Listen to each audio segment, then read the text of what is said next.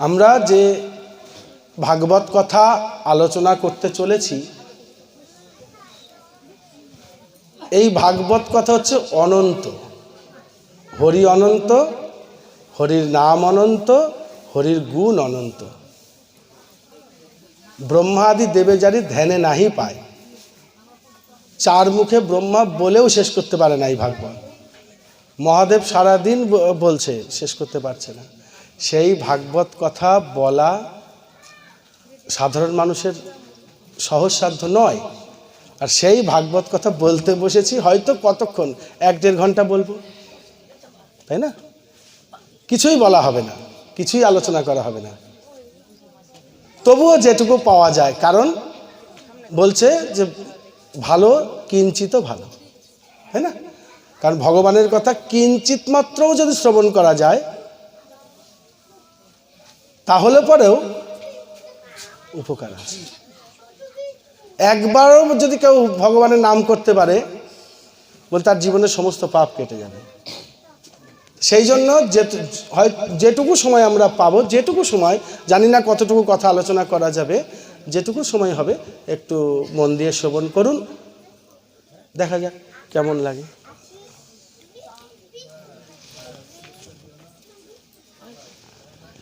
এই যে আমরা যে হরিবাসরে বসেছি না, এই যে হরিবাসর বা কীর্তন, ভাগবত, এই যে পাঠ,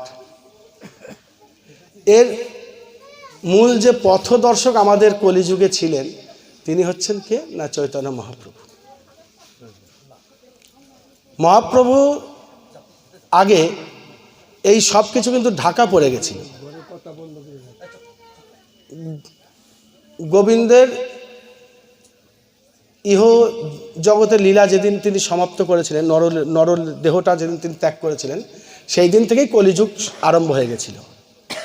এবং তারপরে বিভিন্ন বহিঃশত্রুর আক্রমণ এবং বিভিন্ন রকমের অনাচারের জন্য এই এই ধর্মটা লুপ্ত হয়ে গেছিল। প্রায় বৃন্দাবনের বহু জায়গা অপ্রকটিত হয়ে গেছিল। মহাপ্রভু কিন্তু সেগুলো সব আবার নতুন করে আবিষ্কার করে দেখালেন এবং কলিহত জীবের জন্য তিনি এই হরিনাম নিয়ে আসলেন। তাই আমরা মহাপ্রভু বা নিত্যানন্দ প্রভু আলোচনা না করে আমরা যদি আগেই হরিকথা বা রাধা গোবিন্দের কথা আলোচনা করতে যাই, তাহলে সেটা কি হবে? ঘোড়া ডিঙিয়ে ঘাস খাওয়া। গুরু ছাড়ি গোবিন্দ ভজে, সে পাপী নরকে মজে। যে আমাদেরকে চিনালো তাকেই যদি ভুলে যাই, হবে না। সেই জন্য দেখুন, আমরা কীর্তনের আসরে বসেও কি করি? প্রথমে পঞ্চতত্ত্বর আরাধনা করি, তাই না? শ্রীকৃষ্ণ চৈতন্য প্রভু নিত্যানন্দ, শ্রী অদ্বৈত গদাধর, শ্রীবাস আদি গৌর ভক্তবৃন্দ। এই পঞ্চতত্ত্বেরও গুণ অসীম। এই পঞ্চতত্ত্বের কথা আলোচনা করতে গেলেও 5 দিনেও শেষ হবে না, এক একজনের এক একটা মহিমা। কিন্তু এই পঞ্চতত্ত্ব না গাইলে, পঞ্চতত্ত্ব না করলে হরিবাসর শুদ্ধ হয় না, তাই না?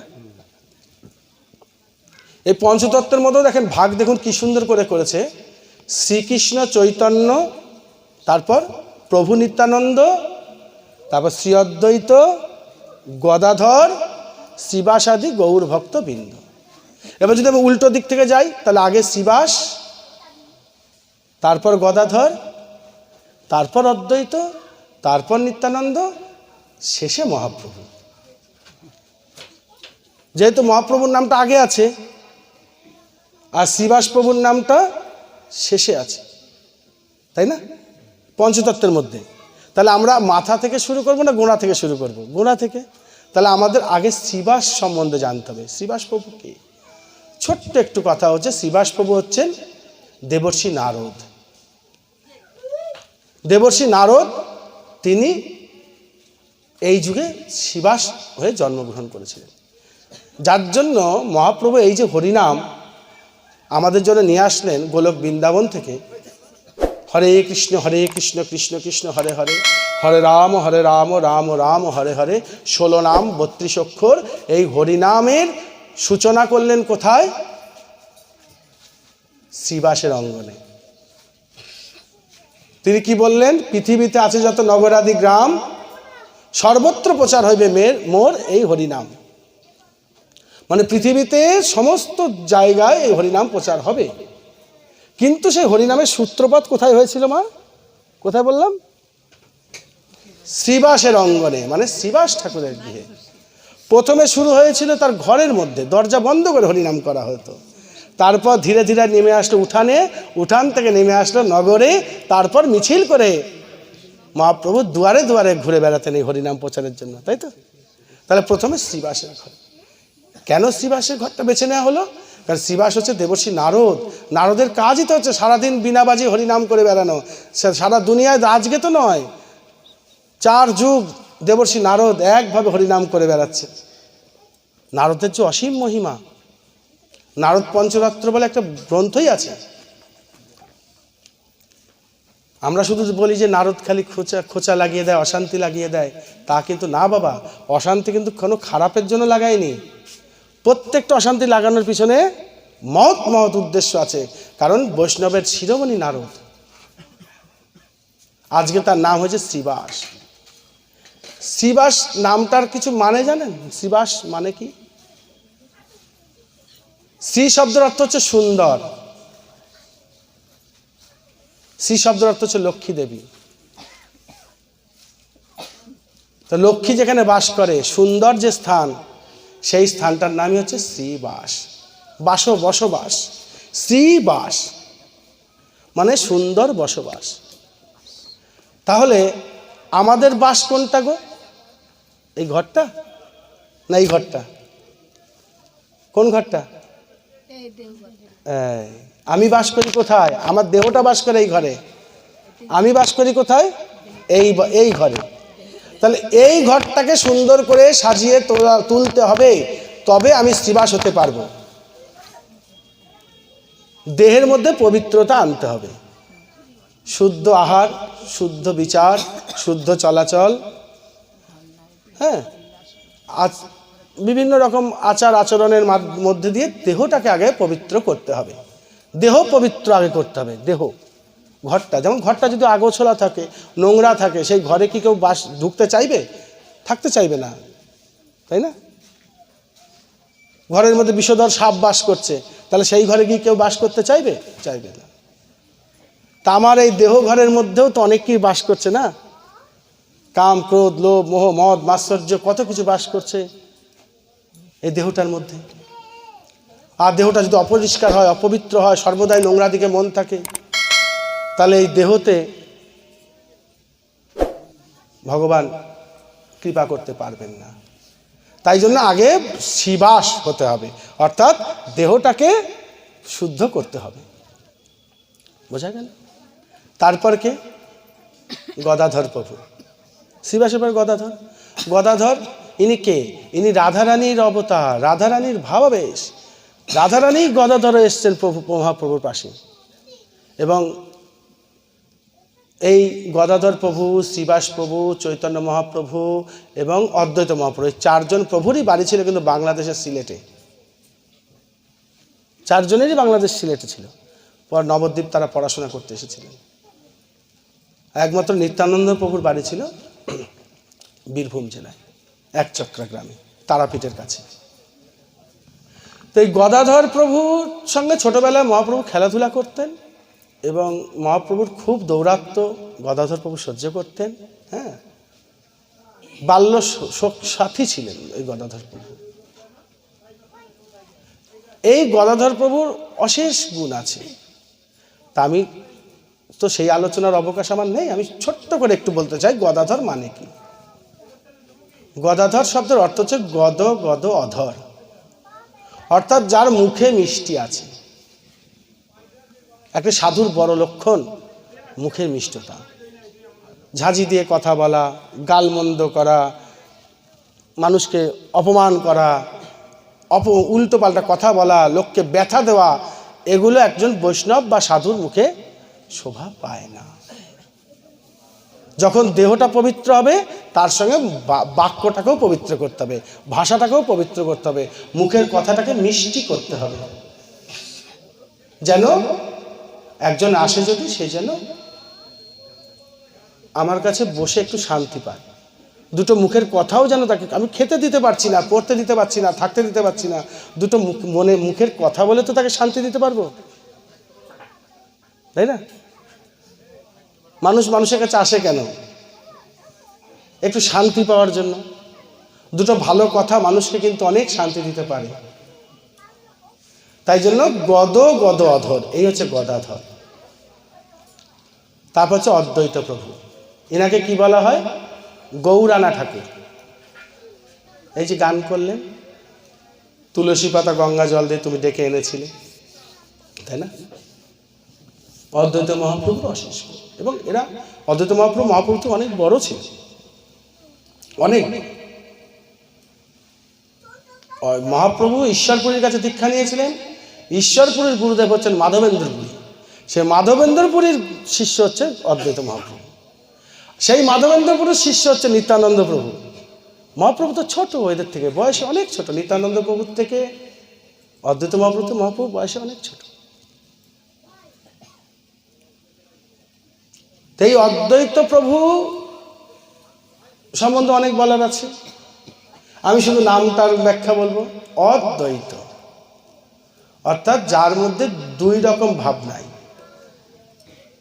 সবাইকে যিনি সমান চোখে দেখতে পারেন, যার কাছে সবাই সমান, তিনি হচ্ছেন অদ্বৈত। অদ্বৈত যে না আমারটা ঠিক আছে, তোমারটা যা হলো হলো, একে ভালোবাসি ওকে ভালোবাসি না, এটা সাধুর লক্ষণ নয়। সাধুর কাছে সাধুর লক্ষণ কি? সকলকে সমান চোখে দেখা, তাই না? ঈশ্বর যেমন সবাইকে সমান চোখে দেখেন, আমরা হয়তো বুঝতে পারি না। আমরা মনে করি যে ভগবান দেখো আমাকে দেখতে পারে না, ওকে ভালো দেখতে পারে। আসলে তা না, কিন্তু ভগবান প্রত্যেককে সমান চোখে দেখেন। রাষ্ট্রীয় যজ্ঞের যুধিষ্ঠির রাজসভায় যখন শিশুপালকে ভগবান সুদর্শন চক্র দিয়ে গলা কেটে দিয়েছিলেন, শিশুপাল ছিলেন ভগবানের মাসির ছেলে, আর জন্ম থেকে কৃষ্ণ বিদ্বেষী। ভগবান বলেছিলেন তোমার এই ছেলে আমার সঙ্গে কিন্তু খুব শত্রুতা করে মাসি, আমি ওকে ক্ষমা করে দিই, কিন্তু কতক্ষণ ক্ষমা করব জানো? 100 অপরাধ ক্ষমা করব, 100 বেশি হয়ে গেলে আর ক্ষমা করব না। যেদিন শিশুপালের 100 অপরাধ হয়ে গেছিল, সেদিন সুদর্শন চক্র দিয়ে শিশুপালের গলাটা ভগবান কেটে দিয়েছিলেন। যুধিষ্ঠির দেখতে পেলেন শিশুপালের আত্মাটা গিয়ে ভগবানের দেহে মিশে গেল, স্পষ্ট দেখলেন, এবং পরে বললেন যে অত বড় তোমার শত্রু অপরাধী, তাকে বধ করলে, কিন্তু তার আত্মাটা তোমার দেহে এসে মিশলো কেন? ভগবান বলেছিলেন আর কার দেহে যেতে মিশবে? আমি ছাড়া আছে কে? সবই তো আমারই অংশ। তুমি আমি, কুকুর বিড়াল ছাগল গাছপালা, সব যে আত্মা, এই আত্মাগুলো তো পরমাত্মা থেকে এসেছে। তা ঈশ্বর পরমকৃষ্ণ সচ্চিদানন্দ বিগ্রহ অনাদির আদি গোবিন্দ সর্বকারণের কারণ, এই পরমাত্মা থেকে যদি সবাই এসেছে, তাহলে আবার সে পরমাত্মার কাছেই তো যাবে। ওনার কাছে কেউ শত্রু না। আমরা দেখছি এই শত্রুতা করছে। কংস কি ভগবানের শত্রু? কংসকে কি ভগবান ভালোবাসতো না? শিশুপালকে ভালোবাসতো না? দন্তবক্রকে ভালোবাসেনি? সবাইকে উদ্ধার করেছে তো, উদ্ধার করতে এসেছিলেন তো। যদা যদা হি ধর্মস্য গ্লানির ভবতি ভারত অভ্যুত্থানম অধর্মস্য তদাত্মানং শ্রিয়াম্যহম বলছে তো। আমি তো সবকে উদ্ধার করতে এসেছি। এই ইয়েটা একটু কমিয়ে দাও, ওই যে যেটা ঝিরঝির করছে একটু কমিয়ে দাও। তো উদ্ধার করতে এসেছেন। তা ভগবানের কাছে যেমন সবাই সমান, একজন সাধুর কাছে সবাই সমান। কিরকম সমান?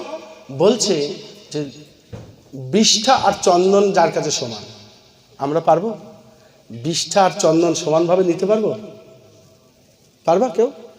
এক হাতে চন্দন আর এক হাতে বিষ্ঠা গু সমান হবে? বলছে সাধুর কাছে সমান। লোষ্ট আর কাঞ্চনকে সমান চোখে দেখে, সোনার দলা আর মাটির ঢেলা সাধুর কাছে সমান। অপমান আর মানকে সমান চোখে দেখে, কেউ একজন সম্মান দিচ্ছে, আদর করছে, সেটাও যেমন চোখে দেখছে, কেউ একজন অপমান করছে সেটাকেও সমান চোখে দেখছে। পারবো আমরা? পারবো না। তার মানে আমরা সাধু হতে পারিনি। আর যদি সাধু হতে পারি তাহলে ওই জিনিসটা তখন চলে আসবে। কে মারলো, কে বকলো, কে ঠকালো, কে কী করলো, সব সমান মনে হবে। তো অদ্বৈত এই হলো কথা, যার কাছে কোনো দ্বৈতভাব নাই, সবই সমান মনে হয়। আর যখন একটা ব্যক্তির মধ্যে দেহ শুদ্ধি হয়ে গেল, মুখের বাক্য শুদ্ধি হয়ে গেল, মন শুদ্ধ হয়ে গেল, সবাইকে সমান চোখে দেখতে পারে, তখন তার নাম কি হবে? নিত্যানন্দ। নিত্যানন্দ মানে কি? নিত্য নিত্য আনন্দ, সর্বদাই যিনি আনন্দে বিরাজ করেন, শোক তাপ যাকে স্পর্শ করতে পারে না, তিনি হচ্ছে নিত্যানন্দ। সর্বদাই যিনি আনন্দে থাকতে পারেন তিনি একমাত্র চৈতন্যকে উপলব্ধি করতে পারেন। চৈতন্যকে উপলব্ধি করতে গেলে কাকে প্রয়োজন? সর্বদাই আনন্দে আসতে হবে, নিত্যানন্দে আসতে হবে। কারণ চৈতন্যের একটি নাম কি? সচ্চিদানন্দ বিগ্রহ। সৎ যুক্ত চিৎ যুক্ত আনন্দ, সচ্চিদানন্দ। সৎ যুক্ত চিৎ যুক্ত আনন্দ, সচ্চিদানন্দ ঈশ্বরের নাম। তাই সচ্চিদানন্দকে জানতে গেলে তোমাকে আনন্দ করা শিখতে হবে। তো আনন্দ ঘনশ্যাম তার নাম। তা আনন্দ ঘনশ্যামকে জানতে গেলে নিজেকে আগে আনন্দে স্নান করতে হবে, নিত্যানন্দ হতে হবে, তারপর চৈতন্যকে পাওয়া যাবে। আর যেদিন চৈতন্য জাগ্রত হবে, যেদিন চৈতন্য জাগ্রত হবে সেই দিন আমরা বুঝে যাওয়ার অধিকারী হব। চৈতন্য না জাগলে বৃন্দাবনে গিয়ে লাভ নাই। তো অন্তরে ভাব যার বোঝে বাস্তা। অন্তরে যদি ভাব না থাকে, বৃন্দাবনে গিয়ে কি করবা? বৃন্দাবনে গিয়ে চুরি করবা, বৃন্দাবনে গিয়ে পকেটমারি করবা, বৃন্দাবনে গিয়ে বদমাইশি করবা, বৃন্দাবনে বাঁদর হয়ে এর ওর কাছে খাবলা খাবলি করবা। বৃন্দাবন থেকে অনেক লোক ঘটি কিনে নিয়ে আসে, পিতলের ঘটি, তামার ঘটি বলে, বাড়ি এসে দুদিন মাছ দেখেই দেখে টিন বেরিয়ে যায়। তো সেগুলোও তো বৃন্দাবনের লোক না, ব্যবসা করছে। কেউ আছে দান করতে যাচ্ছে, কেউ আবার বস্তা ভর্তি করতে যাচ্ছে। ব্রজে বাস করলেই বাস করা হবে না যতক্ষণ অন্তরে চেতনা না জাগবে। তাই বলছে ভজ নিতাই গৌর রাধেশ্যাম, নিতাই গৌর রাধেশ্যাম। নিতাইকে ভজনা করে গৌরকে পেয়ে চৈতন্য জাগ্রত হলে তখন রাধেশ্যামকে ভজতে হয়। তাহলে পঞ্চতত্ত্বকে বাদ দিয়ে, নিতাইকে বাদ দিয়ে আমরা যদি ভজতে যাই, হবে না। নিতাই কে? নিতাই হচ্ছে আশ্রয় তত্ত্ব। আশ্রয় ছাড়িয়া ভজে সে পাপী নরকে মজে। আশ্রয়, আশ্রয় নিতে হবে। আমরা জানি রঘুনাথের গল্প শুনেছেন না? এই যে পানিহাটিতে চিরার মৎস্য হয়, রঘুনাথ দাস, আমি খুব দু কথাই বলছি। জমিদারের ছেলে, ছোটবেলা থেকেই মহাপ্রভুকে পাওয়ার জন্য তার আশা ছিল, কিন্তু মহাপ্রভু তাকে পাত্তা দিতেন না। যেদিন নিত্যানন্দ প্রভুর চরণে আশ্রয় নিলেন, নিত্যানন্দ প্রভু তাকে দণ্ড দিয়েছিল যে সমস্ত বৈষ্ণবদেরকে চিরাদধি খাওয়াতে হবে। এখনও পানিহাটিতে ওই চিরার মেলা হয় গঙ্গার ধারে জ্যৈষ্ঠ মাসে। তো সেই চিরাদধি খাইয়েও তাকে শাস্তি দেওয়া হয়েছিল। তাই বলে রঘুনাথের দণ্ড মৎসব, মানে দণ্ড দিয়েছিলেন চৈতন্যদেব। তারপরে কিন্তু মহাপ্রভুর সঙ্গে তার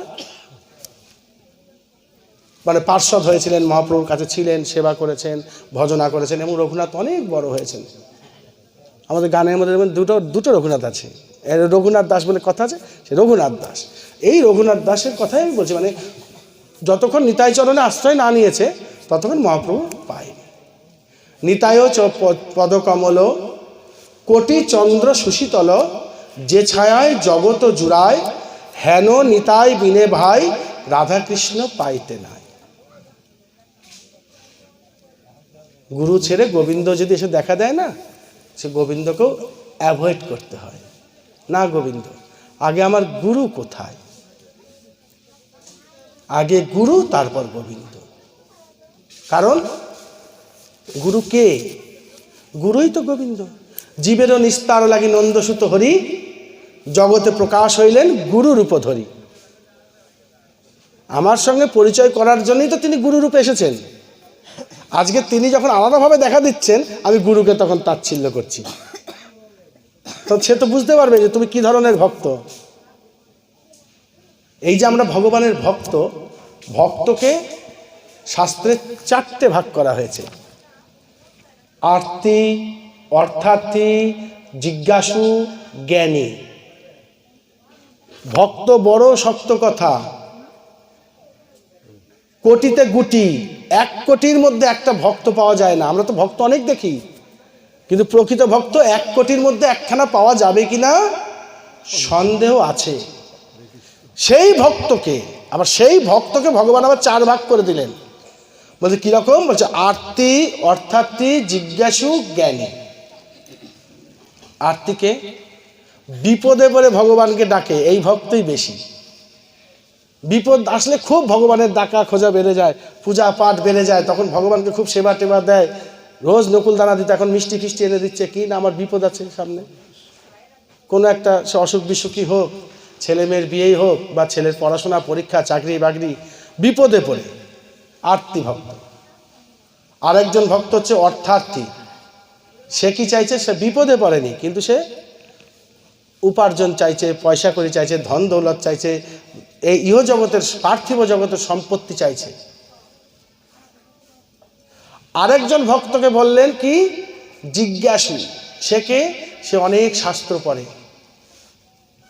অনেক বই পড়ে, অনেক কিছু জানে, তত্ত্ব বিচার করে, বিশ্লেষণ করে, আলোচনা করে, সবাই গিয়ে নাম সম্মান পায়, আমার মতো বক বক বক বক করে, সবাই বলে খুব ভালো খুব ভালো। হ্যাঁ, আদতে আমি ভালো কিনা সেটা ভগবান জানে। নাম কেনার জন্য বড় করে বুঝাচ্ছি, ব্যাপারটা বুঝলেন? অনেক ভক্ত আছে খুব সুন্দর, দারুণ ব্যাখ্যা করছে, বুঝাচ্ছে, আলোচনা করছে, গান করছে, কীর্তন করছে, কীর্তনের আসলে কেঁদে ভাসিয়ে দিচ্ছে, হু হু হু করছে, কিন্তু পরবর্তীতে তার সঙ্গে 50 টাকার জন্য ঝগড়া লেগে যায়। মানে সে সব জানে কিন্তু মানে না।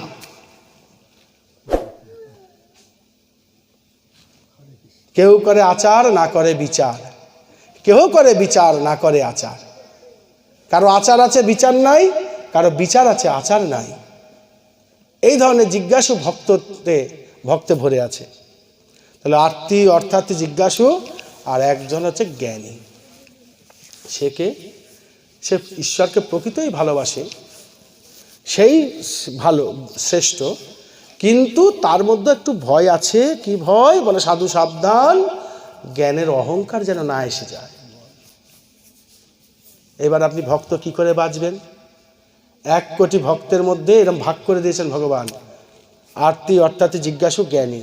জ্ঞানী শ্রেষ্ঠ, জ্ঞানী ভক্ত, যার মধ্যে জ্ঞান আছে, প্রকৃত জ্ঞান যে পেয়েছেন। কি জ্ঞান? যে সব কিছু ভগবান পরিচালনা করছেন, আমি কর্তা নই, এটাই হচ্ছে জ্ঞান। আমি কর্তা নই, এটাই হচ্ছে জ্ঞান। কালই কর্তা, কালই সব কিছু করছে, যখন যেটা হওয়ার কালেই হয়। আম গাছে কালেই ফুল ফোটে, আম কালেই পাকে, কালেই ঝরে, অসময়ে আম গাছে ফুল আসবে না। কাল, এই কথাটি যে বুঝতে পারে সে জ্ঞানী। কিন্তু ভয় সেখানেও আছে, কারণ যেখানে আলো সেখানেই কালো। এই যে আলোটা জ্বলছে, কোনো সুন্দর, একটু ঢাকা দিয়ে দেন, দেখেন কি কালিই পড়বে। জ্ঞানী ব্যক্তি যদি নিজেকে অহংকারের মধ্যে দিয়ে ধরে রাখে না, তাহলে তার কি হয়? তার মধ্যে কালি জন্ম হয়। কিন্তু জ্ঞানী ব্যক্তি যদি সবার সাথে সমানভাবে মিশতে পারে, তাহলে তার কালিটা ওখানে কেটে যায়। খোলা জায়গায় আলোতে কালি হবে না, বদ্ধ জায়গাতে আলোতে কালি হয়। তো এই জন্য কথাটা আমি বলছিলাম যে গোবিন্দই গুরুরূপে এসেছেন জগতে, সেই গুরুর কাছে আমাদের আশ্রয় নিতে হবে। আজকাল একটা ফ্যাশন হয়েছে বাবা, এদিকে তো তাও মনে হয় সেই হাওয়া আসেনি, একটু টাউনের দিকে গেলে, আমাদের বেতুয়া তো এসে গেছে, দীক্ষা নেয় না। দীক্ষা নেব কেন? হ্যাঁ, আমি একটা মানুষ, আর একটা মানুষকে আমি কি করতে বাবা ডাকতে যাব, কি করতে গুরু পাতাতে যাব? হ্যাঁ, দিক দিয়ে শুকছে, একটা রোগা মতো। কিন্তু খাচ্ছে না।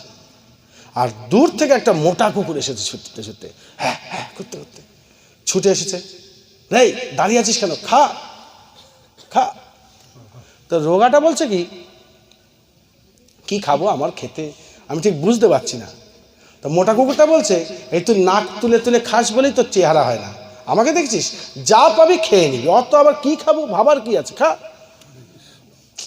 বল কি খাবো বল, বলে শোন, আগে খেলে পা থেকে শুরু করতে হয়, বলা যায় না খেতে খেতে যদি বেঁচে ওঠে মরাটা হঠাৎ করে, ছুটে পালাতে পারবে না, আগে পাগুলো খেয়ে নিতে হবে। বলে কি করে খাবো ওই পাগুলো, ওই চরণ দিয়ে কোনোদিন মঠে মন্দিরে যায়নি, ওই চরণ দিয়ে কোনো তীর্থধামে যায়নি, ওই চরণ দিয়ে গুরুবাড়িতে যায়নি, ওই চরণ আমি স্পর্শ করতে পারবো না। তাহলে ওই হাত দুটো খা। বলে ওই হাত দিয়ে চুরি চামারি রাহাজানি বদমাইশি সব কিছু করেছে, কত লোককে ঠকিয়েছে, কিন্তু ওই হাত দিয়ে চন্দন ঘষেনি, ফুল তোলেনি, গোবিন্দের জন্য মালা গাঁথেনি, দান ধ্যান করেনি, ওই হাত আমি খেতে পারবো না। তাহলে ওর মুখটা খা। বলছে মুখের মধ্যে কত অকথা কুকথা, কত অখাদ্য কুখাদ্য গেছে, কিন্তু কোনোদিনও গোবিন্দের প্রসাদ গ্রহণ করেনি, আমি ওই মুখ খেতে পারবো না। বলে ঠিক আছে বাদ দে, কান দুটো খেয়ে নে। ওই কান কত রকমের লোকের কথা শুনেছে, কত কিছু করেছে, কিন্তু কোনোদিন হরিকথা শ্রবণ করেনি, ভাগবত কথা শ্রবণ করেনি, ওই কান আমি খেলে পরে আমার ইহজন্ম পরজন্ম সব রসাতলে যাবে। বলে চোখগুলো খা। বলে চোখ দিয়ে কত মানুষকে দেখেছে, উকি ঝুঁকি দিকে দেখেছে, এদিক ওদিক তাকিয়েছে, কিন্তু কোনোদিন গোবিন্দের ছবির দিকে 2 মিনিটের জন্য মনটা স্থির করে তাকিয়ে থাকেনি। বলো নিতাই গৌর হরি বল, হরি বল, হরি।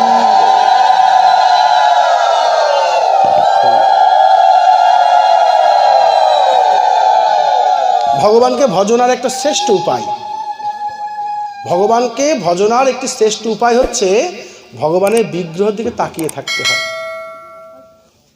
কিচ্ছু যদি আমি করতে নাও পারি, মনের মধ্যে অনেক জ্বালা যন্ত্রণা অনেক কিছু আছে, জপ তপ করতে পারছি না, বলছে অন্ততপক্ষে কিছু না পারো গোবিন্দের বিগ্রহটার দিকে, মুখটার দিকে একটু তাকিয়ে থেকো, একটু রাধারানীর মুখটা একটু দেখো, তারপর দেখবে রাগ জ্বালা যন্ত্রণা কোথায় চলে গেছে।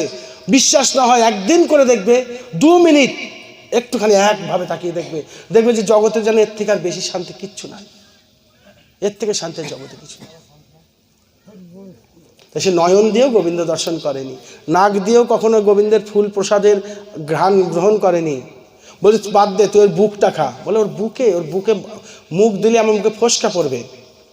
কত মানুষকে জড়িয়ে ধরেছে, কত উত্তপ্ত জিনিস ওর বুকের মধ্যে রয়েছে, কিন্তু কখনোই সাধুগুরু বৈষ্ণবকে বুক করে দেয়নি। সাধুগুরু বৈষ্ণব খুব বড় কথা বাবা। আমরা রোগ হলে কোথায় যাই বাবা? রোগ হলে কোথায় যাই? ডাক্তারখানায় যাই, ডাক্তার ওষুধ দেয়, আর সেই ওষুধেই সেরে যায়, তাই না? কিন্তু না, ওষুধে সারে না। আমরা যে ভবরোগী, এই যে ভবরোগী, ভব জগতে যে রোগে ভুগছি, এই রোগ সারানোর জন্য গুরুদেব আমাদেরকে কি করেছেন? ইষ্টমন্ত্র দিয়েছেন, ওষুধ দিয়েছেন।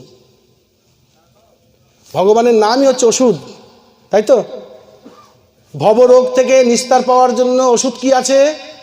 ভগবানের নাম। ভগবানের নাম ছাড়া দ্বিতীয় কোনো ওষুধ আছে? নেই। কিন্তু তাতে হবে না। দেখো কতবার উল্টো কথা বলছি। ভগবানের নামই একমাত্র ওষুধ, যে ওষুধের দ্বারা ভবরোগ নিবারণ ঘটতে পারে। কিন্তু ভগবানের নাম করে উদ্ধার পাবো না। কেন? বলছে সাধুগুরু বৈষ্ণবের কৃপা না হলে ভগবান কৃপা করবে না। কেন? বলছে ওষুধ খেতে গেলে ওষুধের সঙ্গে পথ্যিও খেতে হয়। হ্যাঁ, সুগারের রুগী শুধু সুগারের ওষুধ খাবা, আর ডাক্তার যে খাবারগুলো বাদ দিয়েছে সেগুলো বেছে খাবা না? টিবি হয়েছে, শুধু ট্যাবলেট খেলেই টিবি সেরে যাবে? ট্যাবলেট টিবির সঙ্গে কিছু খাবার আছে? হ্যাঁ, হাই প্রেশারের রুগীর কিছু আলাদা খাবার, লো প্রেশারের রুগীর কিছু আলাদা খাবার, যার শরীরে রক্ত নেই তার আলাদা খাবার। সেটাকে কি বলে? পথ্য। ওষুধ পথ্য, ওষুধ পথ্য। শুধু ওষুধের শরীর সারে না। ওষুধের রোগ সারে যদি তার সাথে খাবার ঠিক না থাকে? ডাক্তার তো বলেই দেয় এই ট্যাবলেটটা খাওয়ার আগে খাবারটা খেয়ে ট্যাবলেটটা খাবা, আবার এই ট্যাবলেটটা খাবারের আগে খাবা। তো ভগবানের নাম যদি ভবরোগ নিবারণের ওষুধ হয়, তাহলে সাধুগুরুর চরণ স্পর্শ, সাধুগুরুর এই যে পদধূলি, এটি হচ্ছে ভবরোগের পথ্য। তার জন্য হরিবোল হরিবোল। ঘরে যতই বই থাকুক, যতই গ্রন্থ থাকুক, যতই তুমি নেট ফলো করো না কেন, সঙ্গ তোমাকে করতে হবে, সঙ্গ করতে হবে। বলছে সাধু সঙ্গ সর্বলোকে কয়, লবমাত্র সাধু সঙ্গে সর্বসিদ্ধি হয়। সাধুর সামান্য কৃপা হলে অনেক কিছু হতে পারে, সাধুর কৃপা ছাড়া হবে না। তাই জন্য বলছে সাধুগুরু বৈষ্ণবের কৃপা লাগবে। তা সেই মরা একটু সাধুগুরু বৈষ্ণবকেও জড়িয়ে কোনোদিন ধরেনি, কোনদিন গোবিন্দের ছবিটাও বুকের ওপর রেখে কাঁদতে পারেনি, বাকি সব কত কিছু করেছে, তাই কুকুরটা খাচ্ছে না। তো মোটা কুকুরটা বলছে লোকটা খুব বোকা ছিল, বল খুব বোকা ছিল লোক। বলে কেন রে? বলে আরে একটু আধটু ভালো কাজ করতো তাহলে কুকুরে খেত, এমন করলো যে কুকুরেও ছুটছে না ওকে, তাই জন্য এমন একটু আধটু ভালো কাজ করলে যা কুকুরে খেয়ে নেবে। অতিরিক্ত পাপ করলে পোকাও তাকে খায় না। এই যে মরে গেলে যে পচে গেলে পোকা হয় না, এমন এমন পাপী আছে, শাস্ত্রের উদাহরণ আছে, যাদেরকে পোকাতেও স্পর্শ করতে চায় না। বুঝতে পারছো কথাটা? একটু আধটু ভালো কাজ করতো, আরে কুকুরে খাওয়ার অযোগ্য হয়েছে। বলে না তুই মরলে তো কুকুরেও খাবে না, এই যে কথাটা। তো রোগা কুকুরটা বলছে এ আর কি বোকা, এর থেকে বড় বোকা এদের পারে দাঁড়িয়ে আছে। মোটাটা ঘাড় ঘুরিয়ে দেখছে, কে রে? ওরে বাবা, এই চুপ চুপ চুপ বলিস না, ওটা অর্জুন, জানিস কত বড় বীর, কুরুক্ষেত্রের মাঠে সবাইকে মেরে ঠান্ডা করে দিল। চুপ পারতে তো, ও আবার বোকা, ও আবার চালাক কোথায় হলো? কেন? বলে ও এসছে গঙ্গা স্নান করতে, পাপ কাটাতে। গঙ্গাটা এলো কোথা থেকে? গঙ্গার বাপ ওর কাছে বসে আছো জানে না, ভগবানের পা ধোয়া জল থেকে গঙ্গার সৃষ্টি হয়েছে। গঙ্গা কোথা থেকে সৃষ্টি হয়েছে? স্বর্গে মন্দাকিনী, পাতালে ভগবতী আর মর্তে গঙ্গা, এই তিনটে নদী কোথা থেকে সৃষ্টি হয়েছিল? ভগবানের পদধৌত জল থেকে। বামন অবতারে যখন ভগবানের একটি চরণ স্বর্গলোকে চলে গেছিল, স্বর্গের দেবকন্যারা সেই পাটিকে, চরণটিকে ধৌত করেছিলেন। সেই জলটি ত্রিধা বিভক্ত হয়ে স্বর্গে মন্দাকিনী, মর্তে গঙ্গা আর পাতালে ভগবতী হয়ে প্রবেশ করেছে। আর সে গোবিন্দ যাকে কৃপা করেছে, গোবিন্দ যাকে বলেছেন সর্বধর্মান পরিত্যাজ্য মামেক শরণং ব্রজ অহং ত্বং সর্বপাপেভ্যো মোক্ষয়িষ্যমি চ মা শুচ। আমি যা বলছি তাই করো। আজকে যুদ্ধ করার পর আবার বলছে কি পাপ হয়ে গেছে, ভুল হয়ে গেছে, অমুক হয়েছে, তমুক হয়েছে, কি করে পাপ কাটানো যায়? তাই গোবিন্দ বলছে গঙ্গা স্নান করে এসো। গোবিন্দকে ফেলে যদি গঙ্গা স্নান করা হয়, তো গোবিন্দ আগে না গঙ্গা আগে? অর্জুন দেখছে ছি, তো বড় ভুল হয়ে গেছে আমার। আসলে কি, ঘরের মধ্যে পেয়েছে, তো ঘরে পেলে না মানুষ তার দাম দেয় না। গোবিন্দকে ঘরে পেয়েছে, মামার ছেলে, ও বারবারই ভুলে যায় ইনি যে অনাদির আদি গোবিন্দ, সর্ব কারণের কারণ অর্জুনের মনে থাকে না। গীতাতে যখন অর্জুনকে বলছেন এই গীতার জ্ঞান আমি ভগবান সূর্যদেবকে দিয়েছিলাম, অর্জুন হাসছে, বহুনি মে ব্যতীতানি জন্মানি তব চার্জুন অপর ভবত জন্ম পরজন্ম বিভস্যত। এই তুমি কি বলছো এসব উল্টোপাল্টা কথা? ওর কবে সূর্যদেবের জন্ম হয়েছে আর তোমার জন্ম এদিন হয়েছে? তুমি বলছো যে তুমি সূর্যদেবকে গীতা বলেছিলে। অর্জুন বুঝতেই পারে না মাঝে মাঝে। অর্জুন গোবিন্দের দিকে তাকিয়েছে, আর গোবিন্দ দেখছে সেই মিষ্টি মিষ্টি হাসিটা। গোবিন্দের হাসিটা দেখবা, খুব বেঁকা হাসি, মানে চলন বলন সব কিছুতেই বেঁকা। যার জন্য ওর নাম বেঁকাসাম, বেঁকা রায়, বাঁকে বিহারী। দাঁড়াবেও বেঁকা, কথা বলবে বেঁকা, তাকাবেও বেঁকা। হ্যাঁ, ওর নামই বেঁকা। তো বসে বসে সে বেঁকা হাসিটা দিচ্ছে।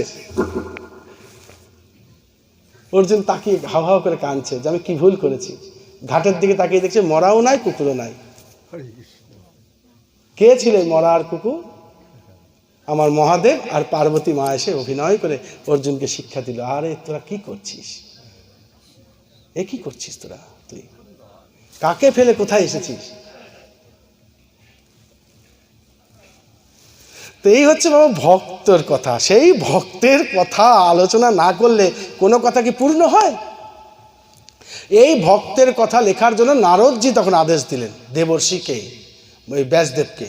দেবর্ষি নারদ ব্যাসদেবকে বললেন যে তুমি গোবিন্দের কথা আলোচনা করো, তুমি এত কিছু করেছো, কিন্তু ন তথা কথা ইতি বাসুদেবস্য, বাসুদেবের সম্বন্ধে কিছুই তো তুমি বলোনি। তখন ব্যাসদেব এই ভাগবত রচনা করছেন। কার সাথে করছেন জানো? এই ভাগবত প্রথম কার সাথে আলোচনা করা হয়েছিল? ব্যাসদেব ভাগবত আলোচনা করলেন তার গর্ভবতী স্ত্রীর সঙ্গে। ব্যাসদেবের স্ত্রীর নাম বিটপী দেবী। বিটপী দেবীর সঙ্গে ভাগবত আলোচনা হচ্ছে। গর্ভে তখন সন্তান সুখদেব রয়েছে। আর কাউকে খুঁজে নিলেন না। কেন স্ত্রীকে খুঁজে নিলেন? বলছে ধর্মকর্ম স্বামী স্ত্রী একসাথে করতে পারলে সব থেকে ভালো হয়। আমাকে যখন আমার শ্বশুরমশাই কন্যাটি দান করেছেন, যে বাবা আমার এই কন্যাটি তোমাকে দান করলাম, আমি তখন কন্যাটিকে নেওয়ার সময় কি কথা দিয়েছিলাম জানেন? বিয়ের মন্ত্র তো শোনেননি, তাই জানেন না কি বলেছিলাম, যে আমি একে ধর্মপত্নী রূপে গ্রহণ করলাম, আমার ধর্মকর্মের সাক্ষী হবে। খুব ভালো করে বুঝবে বাবা। অর্থাৎ আমার জীবনের সমস্ত পূজা পাঠ অর্চনা দান ধ্যান ধর্ম কর্ম যা কিছু আপনার কন্যাকে পাশে নিয়ে আমি করব। কিন্তু বিয়ের পর তা করলাম না। কন্যাটিকে নিয়ে সার্কাস দেখতে গেলাম, কন্যাটিকে নিয়ে পার্কে গেলাম, কন্যাটিকে নিয়ে হ্যানিমুন করতে গেলাম, কন্যাটিকে নিয়ে বিয়ে বাড়ি যাচ্ছি, কন্যাটিকে নিয়ে ফাংশন দেখতে যাচ্ছি, কিন্তু কন্যাটিকে সাথে নিয়ে কীর্তনে যেতে পারছি না। ওরা লজ্জা করে। তুমি যাও, বাড়িতে লক্ষ্মী পুজো হচ্ছে, আমি টাকা দিয়ে দিলাম 500 টাকা, যাও জোগাড় করে নাও। আমার স্ত্রী সারাদিন উপাস করেছে, বাজার করেছে, আলপনা দিয়েছে, জোগাড় করছে, পুজো দেবে, আমি আবার টাইম মতো দুটো ভাতও খাবো। দুপুরে চলে আসলাম, কই রান্না হয়েছে? হ্যাঁ রান্নারও করে রেখেছে। এসে দুটো খেয়ে নিলাম, খেয়ে নিয়ে আমতলায় বসে পড়লাম তাস খেলতে। আর আমার স্ত্রী উপোস করে থেকে লক্ষ্মী দেবীর পুজো করছে। কেন? লক্ষ্মী কার দরকার? স্ত্রীর না আমার? স্ত্রীর তো লক্ষ্মীর দরকার নেই, কারণ তার তো সব কিছুর দায়িত্ব আমি নিয়েছি, ভাত কাপড়ের দায়িত্ব আমার নেওয়া আছে, তাই না? আমার স্ত্রী ঘরে রান্না বান্না করে আমাকে খেতে দেবে, এটাই তার সেবা। তার তো পুজো পাঠেরও দায়িত্ব নেই। তার পতি পরম গুরু, সে পতিকে সেবা করলেই তার স্বর্গে চলে যাবে। তার কোনো দরকার পড়ছে না গোবিন্দ সেবা করা, কৃষ্ণ সেবা করা, ঘরে পুজো দেওয়ার কোনো স্বর্গ। সে যদি পতিকে, যদি সতী নারী যদি পতিকে সেবা দেয়, তার সব সেবা দেওয়া হয়ে যায়। বরঞ্চ ওই পুজোটা আমার দেওয়ার কথা বাবা। কিন্তু বাড়ি বাড়ি গিয়ে আমি দেখতে পাই ঠাকুর ঘর সামলায় মেয়েরা, রান্নাঘর সামলায় মেয়েরা, পুরুষরা ঠাকুর ঘরে যেতেই চায় না, যেতেই চায় না, যেতেই চায় না। আপনারা যান কিনা জানি না, কিন্তু যদি না যান অবশ্যই যাবেন। অম্বরীশ রাজা, একাদশী গল্পের মধ্যে শুনেছেন অম্বরীশ রাজা। সে অম্বরীশ রাজা ভাগবতে আছে। বিশাল বড় রাজা ছিলেন, সপ্তদ্বীপের অধিপতি রাজা। তার কয়েক কোটি দাস দাসী চাকর বাকর আছে, সমস্ত কাজ তার লোকে করে দিত। কিন্তু তার ঠাকুর ঘর বা মন্দিরের জন্য একটাও দাস দাসী ছিল না। সকালে উঠে স্নান দান পূজা পাঠ ফুল তোলা চন্দন ঘষা করে ঠাকুরকে সেবা দিয়ে তারপর সে রাজসভায় কাজে যেত। আবার সন্ধ্যায় সব কাজ ফেলে সে সন্ধ্যা দিত। এবং একাদশী করেছিল, নির্জলা একাদশী। একাদশীর পরের দিন পারায়ণ করতে হয়, যথাসময়ে পারায়ণ করতে হয়। দুর্বাসা মুনি তাকে পরীক্ষা করতে চলে এসেছিল। এগুলো বড় বড় গল্প বাবা, শর্টে বলছি। দুর্বাসা মুনি তাকে পরীক্ষা করতে এসেছে, এসে বলছে কি, মহারাজ তুমি একাদশী করেছো, আমিও একাদশী করেছি, পারায়ণ করব, তুমি তাহলে খাবারের ব্যবস্থা করো, আমি স্নান করে আসি, আহ্নিকটা সেরে আসি। হ্যাঁ হ্যাঁ খুব ভালো হবে, খুব ভালো হবে, ব্রাহ্মণকে খাইয়ে পারায়ণ করতে পারবো, খুব ভালো হবে। দুর্বাসা মুনি চলে গেলেন, আর পাত্তা নেই।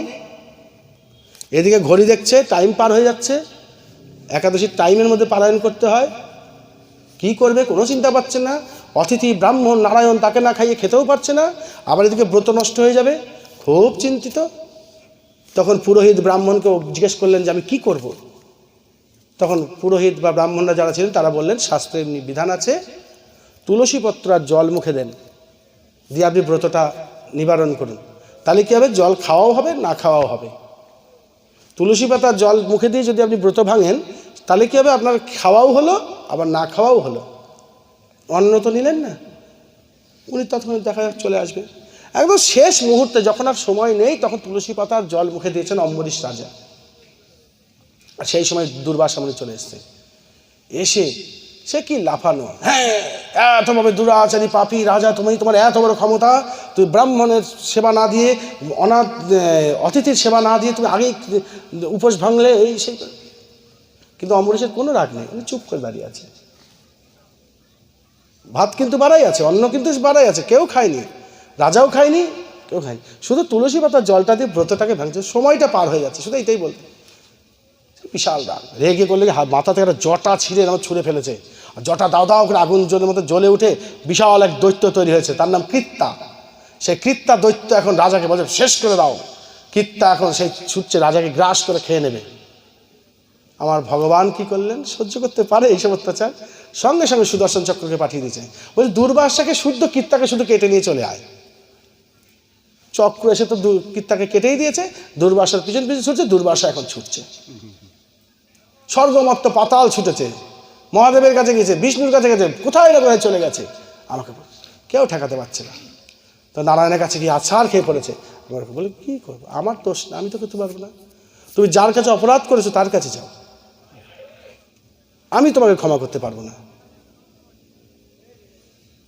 তুমি বৈষ্ণবের পরীক্ষা করো, বিষ্ণু ভক্তের পরীক্ষা করতে গেছো, দোষটা তার না তোমার?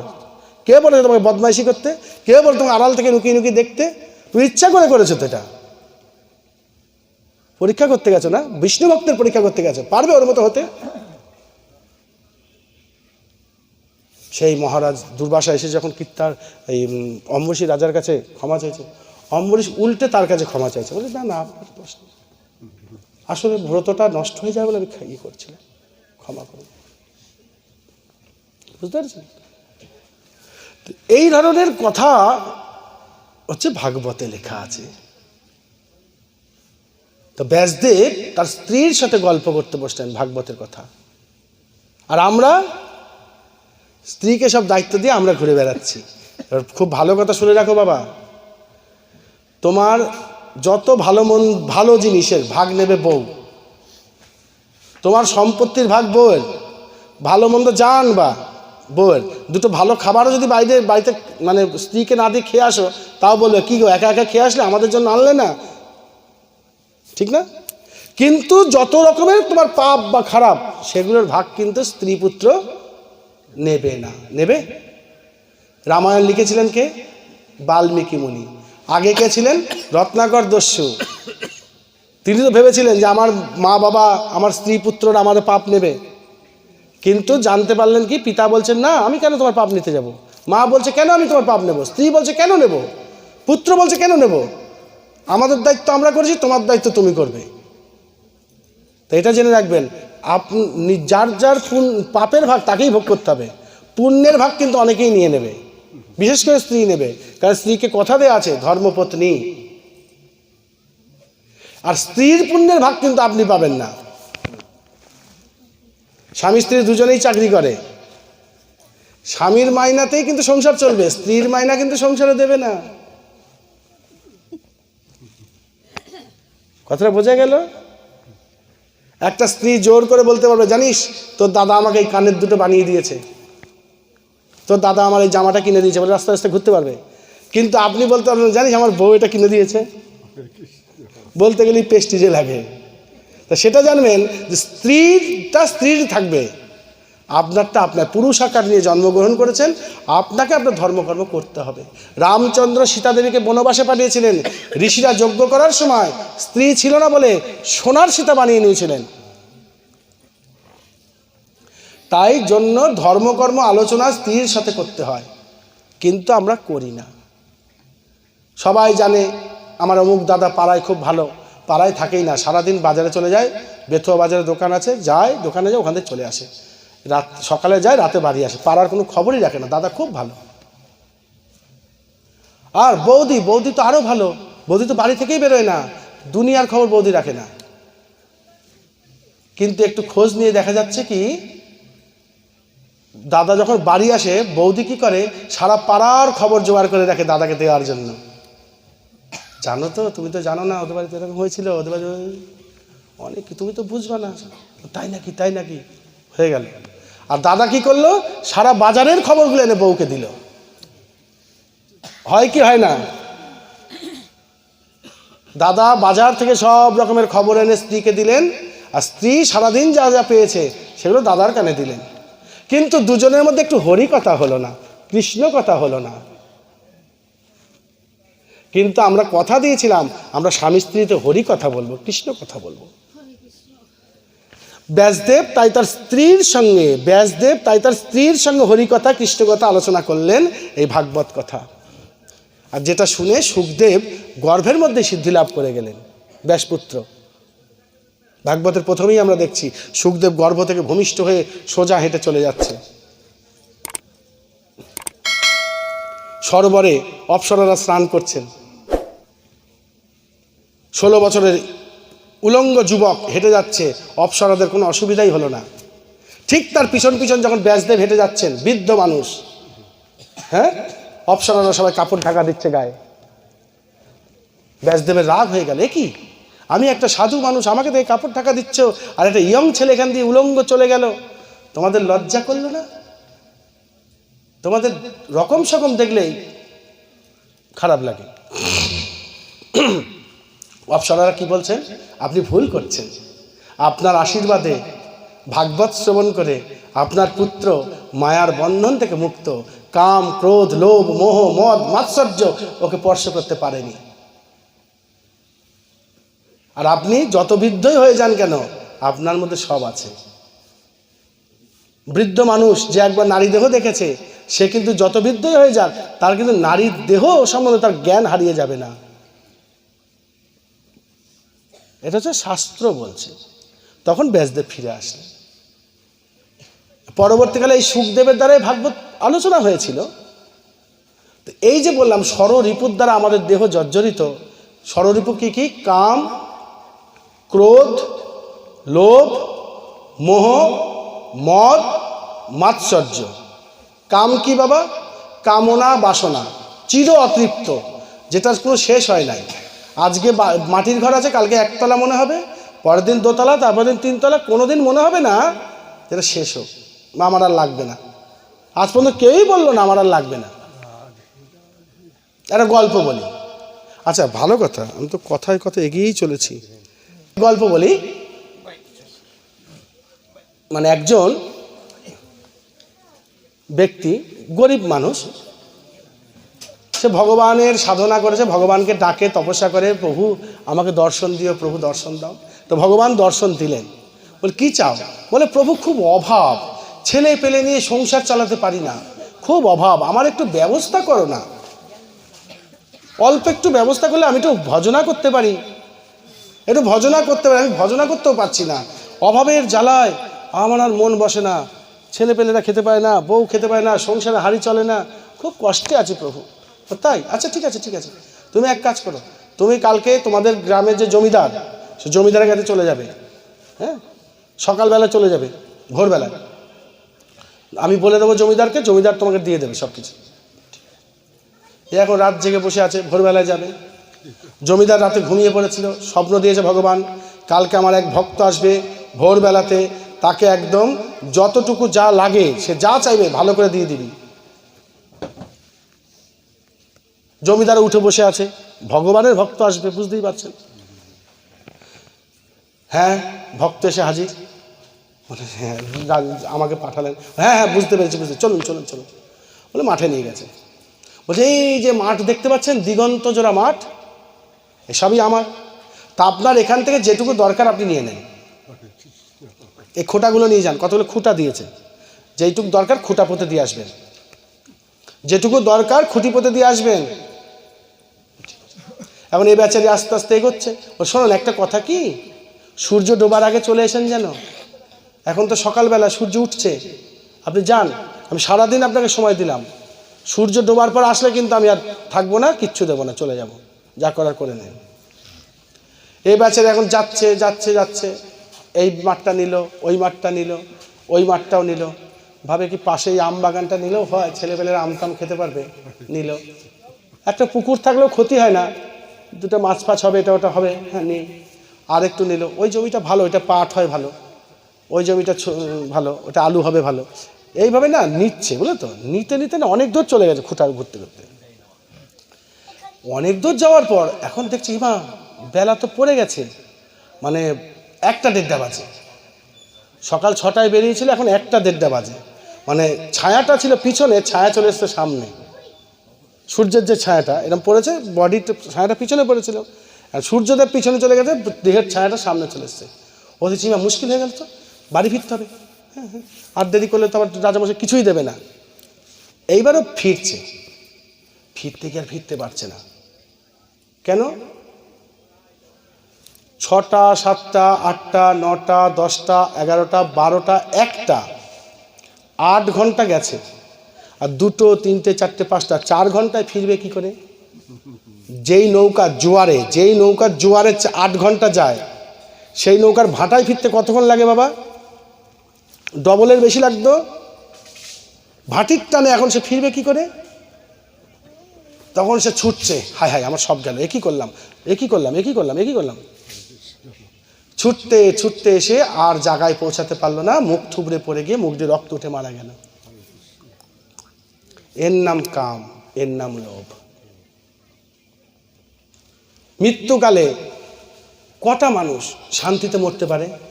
সবারই মনে হয় যে যা কত কিছুই করতে চেয়েছিলাম, কিছুই করা হলো না, সবই পড়ে থাকলো, কিছুই করতে পারলাম না। কেন? এই চির অতৃপ্ত কামের জন্য।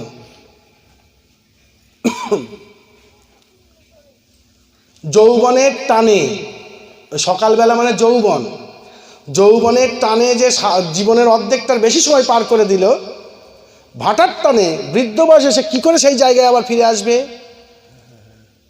আর ফিরে না আসতে পারলে উদ্ধার হবে না। কেন বললাম কথাটা? কারণ ভগবান আমাদেরকে কেমন পাঠিয়েছিল? পরিষ্কার একটা মন দিয়ে, শিশুর মতো সরলভাবে। তো মৃত্যুকালে যদি শিশুর মতো সরল না হতে পারি, যদি মৃত্যুকালে পবিত্র মন না হতে পারে, পরিষ্কার যদি না হতে পারে, তাহলে ভগবানকে পাবো না। চেত দর্পণ মার্জনম ভব মহাদাবাগ্নি নির্বাপনম। এই ভব জ্বালা, ভব দাবাগ্নি নির্বাপন করতে গেলে চেতনা দর্পণকে মার্জন করতে হবে। যে শুদ্ধ মন নিয়ে ভগবান পাঠিয়েছিল, সে শুদ্ধ মন হলে তবেই ভগবান আবার উদ্ধার করবে। এই কাম, ক্রোধ, লোভ, মোহ, কাদামাটি মাখায় মন ভগবান কিন্তু নেবে না। তাই বলছে যে যেমন গেছো সেরকম আসবে, অতএব সে যেমন পাঠিয়েছি ঠিক সেইভাবে আসবা। এই হলো কাম বাবা। পরশ্রী কাতরতা শুনবা, সেটা আবার কেমন জিনিস? ওই যে বলে মাৎসর্য। 6টা রিপুর গুণগুলো দেখো, কত সুন্দর সুন্দর কথা। পরশ্রী কাতরতা গল্পটাও বলি, আসলে বলতে লোভ লাগে। এক ভক্ত ভগবানের খুব সাধনা ভজনা করেছেন, করে আজকে ভগবান তাকে দেখা দিয়েছে। বলো কি চাও? বলে প্রভু খুব অভাবে আছি তো, তাই তোমাকে ডাকলাম, আমাকে একটু কৃপা টিপা করো, আমাকে একটু ধন সম্পত্তি দান করো। বলে ভালো কথা, কি নেবে বলো? যা চাইবো দেবা তো প্রভু? বলে কেন দেব না? আমার নামই হচ্ছে ভক্ত বাঞ্ছা কল্পতরু, যে আমাকে যেভাবে চায় সে আমাকে সেভাবে পায়। তুমি বলো কি চাও? আজ পর্যন্ত এরকম কোনো জায়গা আছে ভগবানকে চেয়ে কেউ পায় নাই? হ্যাঁ, ভগবানকে কোনো কিছু চেয়ে কেউ পায়নি, এরকম গল্প আছে কোথাও? না। ভগবানকে যা চেয়েছে ভগবান তাকে তাই দিয়েছে। তারপরে তুমি বলো কি দেবে?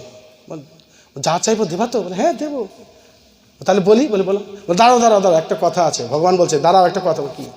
বলে তুমি যা চাইবা চাও, তুমি যা চাইবা পাশের বাড়ির লোকটা, তোমার ইয়েকে, পাশের বাড়ির প্রতিবেশীকে তার ডবল দেব। সেটা কীরকম? বলে তুমি যদি 10টা গরু চাও, আমি তোমাকে 10টা গরু দেব, কিন্তু পাশের বাড়ির ভদ্রলোককে আমি 20টা গরু দেব। তুমি যদি তোমার বউর একটা ছেলে চাও, আমি ছেলে দেবো, পাশের বাড়ির বউটা জোড়া ছেলে হবে, জমজ ছেলে হবে। তুমি যদি 10 লাখ টাকা লটারিতে চাও, আমি তোমাকে দেব, কিন্তু পাশের বাড়ির লোকটা লটারি কাটলে 20 লাখ টাকা পাবে। তুমি যদি 1তলা বাড়ি চাও, দেব, পাশের বাড়ির লোকটা 2তলা বাড়ি হবে। কি চাও তুমি বলো? লোকটা বলছে যে প্রভু এটা তোমার কি রকম অনিয়ম হয়ে গেল না? আমি কষ্ট করে সাধনা ভজনা করে এত দূরে গেলাম, তোমার দর্শন পেলাম, তোমাকে ডাকছি, তুমি দিবা, তুমি উনাকে দিবা কেন? উনাকে দিবা কেন তুমি? ও কি বলেছে? বলে সেটা তো তোমার দেখার দরকার নেই, সেইটা তোমার দেখার দরকার নেই। তোমার কি চাই তুমি দেখো, আমি কারে কি দিই, কাকে আমি কি দেবো সেটা আমার ব্যাপার। তোমার কি চাই তুমি সেইটা বলো। তুমি কত চাও? চাও না, কি চাও বলো?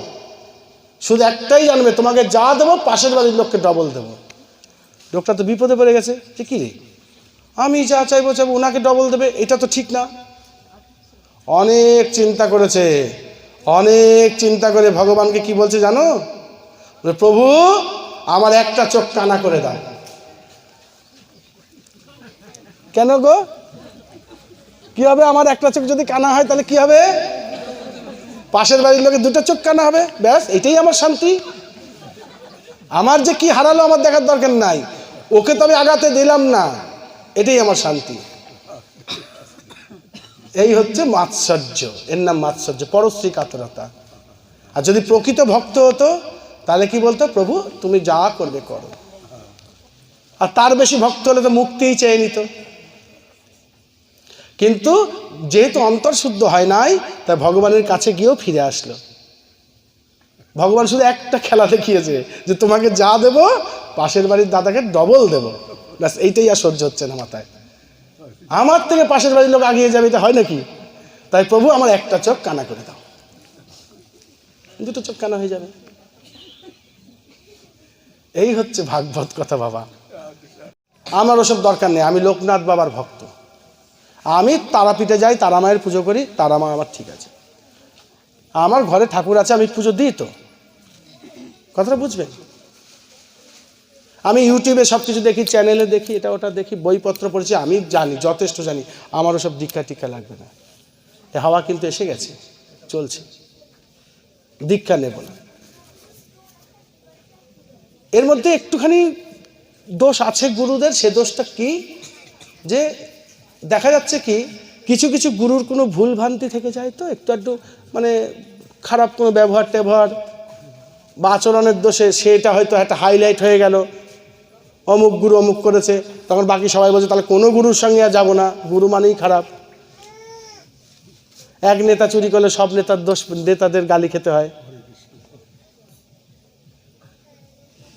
কিন্তু আমার কথা সেখানে নয়, আমার কথা সেখানে নয়। আমার কথা হচ্ছে আমার অনাদির আদি গোবিন্দ ভগবান, তিনি যে যখনই এখানে লীলা করতে এসেছেন, তিনি কি দীক্ষা নিয়েছিলেন কি নেয়নি? আগে সেইটা বলেন। হ্যাঁ, রামচন্দ্র দীক্ষা নিয়েছিলেন বিশ্বামিত্র মুনির কাছ থেকে। ভগবান শ্রীকৃষ্ণ দীক্ষা নিলেন সন্দীপনীর মন্দির আশ্রমে। চৈতন্য মহাপ্রভু দীক্ষা নিলেন ঈশ্বরপুরীর কাছ থেকে। দীক্ষা নেয়নি কবে? ভগবান নিজে এসে দীক্ষা নিয়েছেন। কথাটা বুঝবেন মা। ভগবানের যদি প্রয়োজন পড়ে দীক্ষা নেওয়ার, তাহলে আমাদের প্রয়োজন আছে। কে কি করলো, কে কি বললো, আমার শোনার দরকার নেই, দেখার দরকার নেই। ভগবান দীক্ষা নিয়েছেন কিনা এটাই আমার প্রশ্ন। ভগবান তো যুগে যুগে এসেছেন। ভগবানের কি দরকার ছিল দীক্ষা নেওয়ার? নিতে হয়, আশ্রয় তত্ত্ব। দীক্ষা না নিলে হবে না, আশ্রয় নিতে হয়। আশ্রয়টা বড় জিনিস। আর বিভিন্ন শাস্ত্র, শুধু একটা শাস্ত্র না, বহু বহু শাস্ত্রে এগুলো সব লেখা আছে। যেমন কুলচূড়ামণি বলে একটা গ্রন্থ আছে, নারদ পঞ্চরাত্র বলে একটা গ্রন্থ আছে, বৈশম্পায়ন সংহিতা বলে একটা গ্রন্থ আছে, অগস্ত্য সংহিতা বলে একটা গ্রন্থ আছে, মন্ত্রমুক্তাবলী বলে একটা গ্রন্থ আছে, পদ্মপুরাণ বলে একটি গ্রন্থ আছে, আমাদের ভাগবত আছে, এরকম আরও অনেক গ্রন্থ আছে। সমস্ত গ্রন্থে এই গুরু শিষ্যের সম্পর্ক, দীক্ষা নেওয়ার তত্ত্বটা বারবার করে উল্লেখ করে দেওয়া হয়েছে। আমি বই থেকে মন্ত্র নিলাম, সেই মন্ত্রটা পড়ছি, হবে না। গুরু কানে দেবে তবে হবে, গুরু কানে দেবে তবে হবে। আর কিরকম বলছে, দীক্ষা একবারই হয়, দীক্ষা বারবার হয় না। কথা বুঝলেন তো? কিন্তু শিক্ষাগুরু অনেক নেওয়া যায়। ভগবান নিজে 24খানা শিক্ষাগুরুর কথা উল্লেখ করে গেছেন ভাগবতে। কিন্তু দীক্ষাগুরু অর্থাৎ বীজদাতা পিতা, জন্মদাতা পিতা কটা হয়? একটাই তো না? কারোর জন্ম দেওয়া বাবা দুটো চারটে হয়? জন্মদাতা পিতা আর জন্মদাতা মাতা এটা একটাই হয়, কিন্তু অনেক বাবা মা আছে। শ্বশুরও তো আমার বাবা, কাকাও আমার বাবা, জ্যাঠাও আমার বাবা, গুরুদেব আমার বাবা, স্কুলে যাই পড়েছি সেই মাস্টাররা আমার বাবা, এরকম আছে না? এরকম শিক্ষাগুরু অনেক করা যায়, দীক্ষাগুরু একজনই হয়। দীক্ষাগুরু চেঞ্জ করা যায় না। এগুলো কেন আমি বলছি কথাটা, মানে শাস্ত্রে এগুলো আছে এই আলোচনা। আর দীক্ষা কেন নিতে হয় বলছে, অদীক্ষিত ব্যক্তির মানে হাতের জলটা পর্যন্ত মূত্রের সমতুল্য হয়, অদীক্ষিত ব্যক্তির হাতের অন্নটা বিষ্ঠার সমতুল্য হয়, অদীক্ষিত ব্যক্তি যে কাজ করে সেই কাজটাই বিফল হয়। কীরকম হয় বলছে, পাথরে বীজ ছাটালে যেমন হবে। জমি চাষ করা হলো না, পাথরের ওপর বীজ ছাড়ালাম। অদীক্ষিত ব্যক্তি অনেক কিছু করছে, দান ধ্যান পূজা পাঠ সেবা যত্ন করছে, কিন্তু দীক্ষা নেয় নাই, তাহলে সেটা কি হচ্ছে বলছে, পাথরে বীজ ছিটানোর মতো হচ্ছে,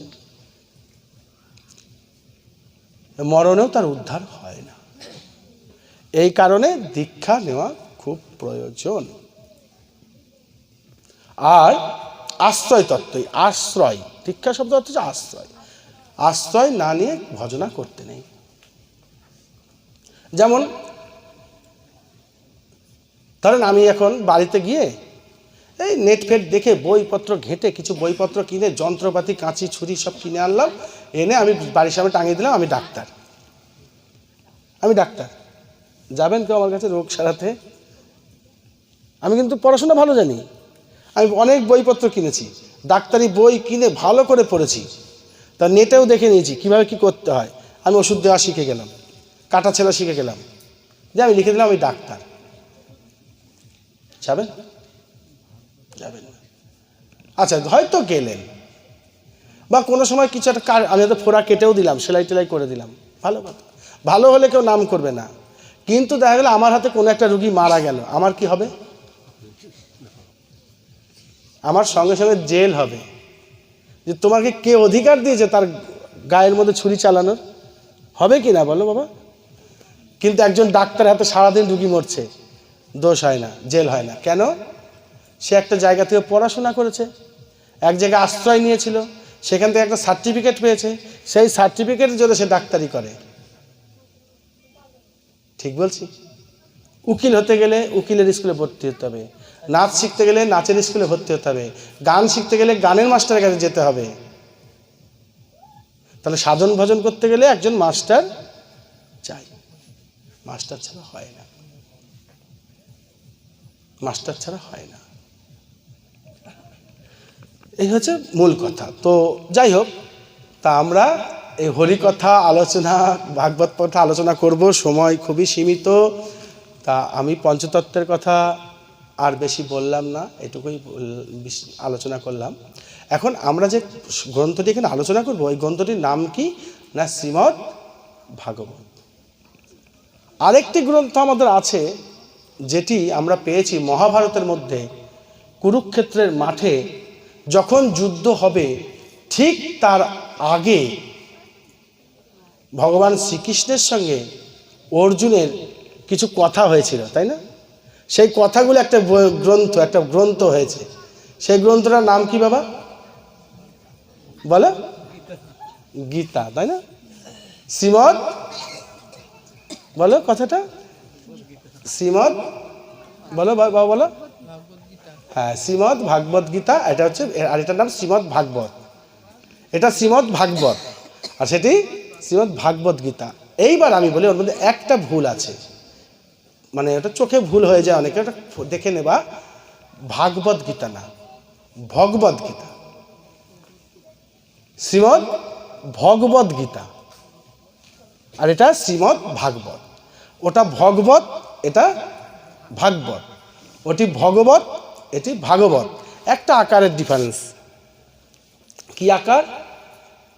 ভগবত আর ভাগবত। ওই গীতাটা কে বলেছেন?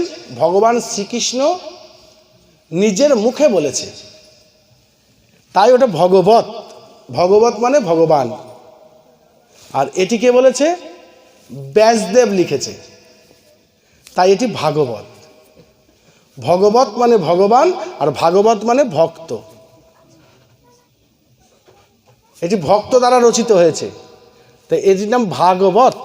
আর ওটি ভগবান নিজে বলেছেন, তাই ওটির নাম ভগবত। তা শ্রীমদ্ ভগবত গীতা 18খানা অধ্যায় আছে, 700 শ্লোক আছে। আর এই গ্রন্থটির মধ্যে 18,000 শ্লোক আছে,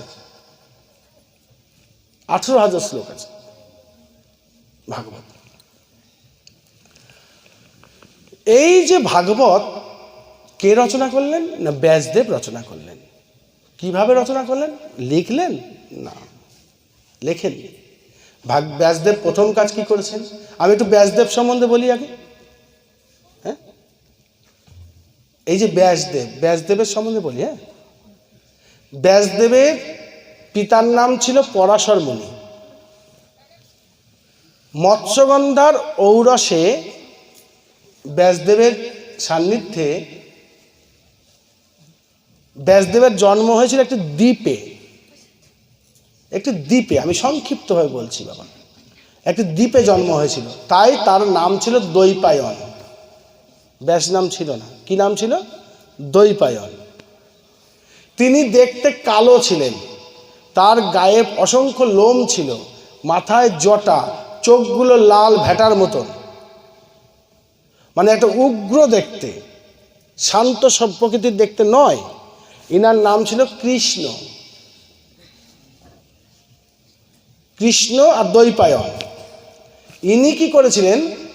বেদ, এই যে আমরা বলি না হিন্দুদের প্রাচীন শাস্ত্রের নাম বেদ, এই বেদকে বলা হয় অপৌরুষেয়, অর্থাৎ বেদ কেউ লেখে নাই। ব্রহ্মার চতুর্মুখে বেদ সৃষ্টি হয়েছিল, এবং আমাদের এই বিশ্বে বিভিন্ন শিষ্য আর গুরুর মধ্যে দিয়ে বেদের কথা আলোচনা হতো, কিন্তু গ্রন্থ ছিল না। ব্যাসদেব সেই বেদ সংগ্রহ করলেন, সমস্ত জ্ঞান বিভিন্ন আশ্রমে ঘুরে একত্রিত করলেন, করে দেখছেন অনেক বড় হয়ে গেছে। দেখছেন যে কলিযুগ এসে যাচ্ছে, আগত কলিযুগে মানুষের আয়ু কম, ক্ষীণ আয়ু, ক্ষীণ বীর্য, বেশি দিন ইয়ং থাকবে না, খুব তাড়াতাড়ি বৃদ্ধ হবে। অন্নগত প্রাণ, অর্থাৎ উপাস কাপাস ব্রত করতে পারবে না কলিযুগের মানুষ। না খেলেই মাথা ঘুরবে, না খেলেই বিরক্ত হয়ে যাবে। নির্জলা উপোস, যদি নির্জলা একাদশী খুব কম লোকই করতে পারে বাবা। এমনি একাদশী করতে গিয়ে খাই মনে পড়ে যায় সেদিন, অন্যদিন যা হলো, একাদশী করতে গেলে কি খাবো একটা ভাব চলে আসে। এটা কারোর দোষ নয়, অন্নগত প্রাণ, যুগের ধর্ম, যুগ। এই যে এখন সবাই মাফলার জড়িয়ে বসে আছে, এটা কি মানুষ পাগল হয়ে গেছে নাকি? মাফলার জড়িয়ে বসে আছে, শীতকাল তাই মাফলার জড়িয়েছে, তাই চাদর পড়েছে। এটাই যদি গরমকাল হতো নিশ্চয়ই জড়াতো না। যুগের একটা ধর্ম আছে তো, সত্য তেতা দাপর কলি, যুগের একটা ধর্ম আছে।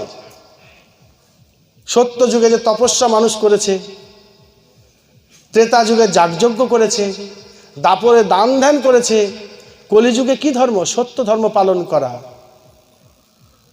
আর নাম করা। তাই মহাপ্রভু বললেন, হরেন নাম হইব কেবলম, কলৌ নাস্তেব গতির অন্যথা। খাওয়া দাওয়া যা করবে করো, চলতে ফিরতে হরিনাম করো, এছাড়া কোনো রাস্তা নেই। সব ভেজাল, সব কিছু ভেজাল হয়ে গেছে। যত পারবে হরিনাম করো, আর গুরু দেওয়া ইষ্ট নাম জপতে থাকো, নাম ছাড়া কোনো গতি নাই। এটা যুগের ধর্ম। তাই তো ব্যাসদেব দেখছেন যে এত বড় এই বেদকে মানুষ তো নিতে পারবে না, অসুবিধা হবে। তিনি তখন কি করলেন? বেদকে 4টি ভাগ করলেন, সমানভাবে 4টি ভাগ করলেন। যারা পড়াশোনা করেছে, অঙ্ক যারা করো তারা জানো, একটা গোল আঁকলে পারে সেটাকে কি বলা হয়? বৃত্ত, গোল। আর সেই গোলের মাঝখান দিয়ে কেন্দ্রবিন্দু দিয়ে যে দাগটা কাটা হয়, সেই দাগটাকে কি বলা হয়? ব্যাস। যে দাগ দিয়ে একটা গোল জিনিসকে সমান কাটা হয় তার নাম ব্যাস। এখনো দেখবে বয়স্ক লোকরা বলে, এই সমান করে কাটিস, ব্যাস কম যেন না হয়। তো সমান করে বেদকে 4টি ভাগ করেছিলেন, তাই তার নাম বেদব্যাস। বেদকে 4টি ভাগ করেছেন সমানভাবে, তাই তার নাম বেদব্যাস। তাহলে কি নাম হলো এখন? কৃষ্ণ দ্বৈপায়ন বেদব্যাস। এই ব্যাসদেব অনেক শাস্ত্র রচনা করলেন, 14খানা শাস্ত্র রচনা করেছেন, 18খানা পুরাণ রচনা করেছেন, মহাভারত রচনা করেছেন, গীতা রচনা হয়ে গেছে, কিন্তু ব্যাসদেবের মনে শান্তি নেই। কেন শান্তি নেই? না, পাড়াতে হাতি এসেছে, বুঝলে তো, এখন এই সবাই ছুটেছে, হরিনারায়ণপুরে হাতি এসেছে, দেখতে গেছে। তাই হরিনারায়ণপুরে 4 জন অন্ধ আছে, সে অন্ধ 4 জন, তারাও হাতি দেখতে যাবে, আমরাও দেখব বলে গেছে। এখন আশেপাশের যারা লোক ছিল তাদের একটু মায়া হয়েছে, তারা তখন বলছে, ও মাহুত ভাই, ও মাহুত ভাই, একটু দাঁড়াও না। বলে কি হয়েছে? বলে আমাদের এই 4 জন লোক না অন্ধ, ওরা হাতি দেখতে এসছে, ওরা তো দেখতে পাবে না, ওদেরকে একটু ছুঁয়ে ছুঁয়ে দেখিয়ে দাও না। তো মাহুত বলছে ঠিক আছে আসো। যে 4 জনকে হাতির গায়ে হাত বুলিয়ে ছুঁয়ে ওরা চলে এসেছে। রাস্তায় আস্তে আস্তে 4 জন গল্প করছে, ও হাতি, হাতি আবার কি?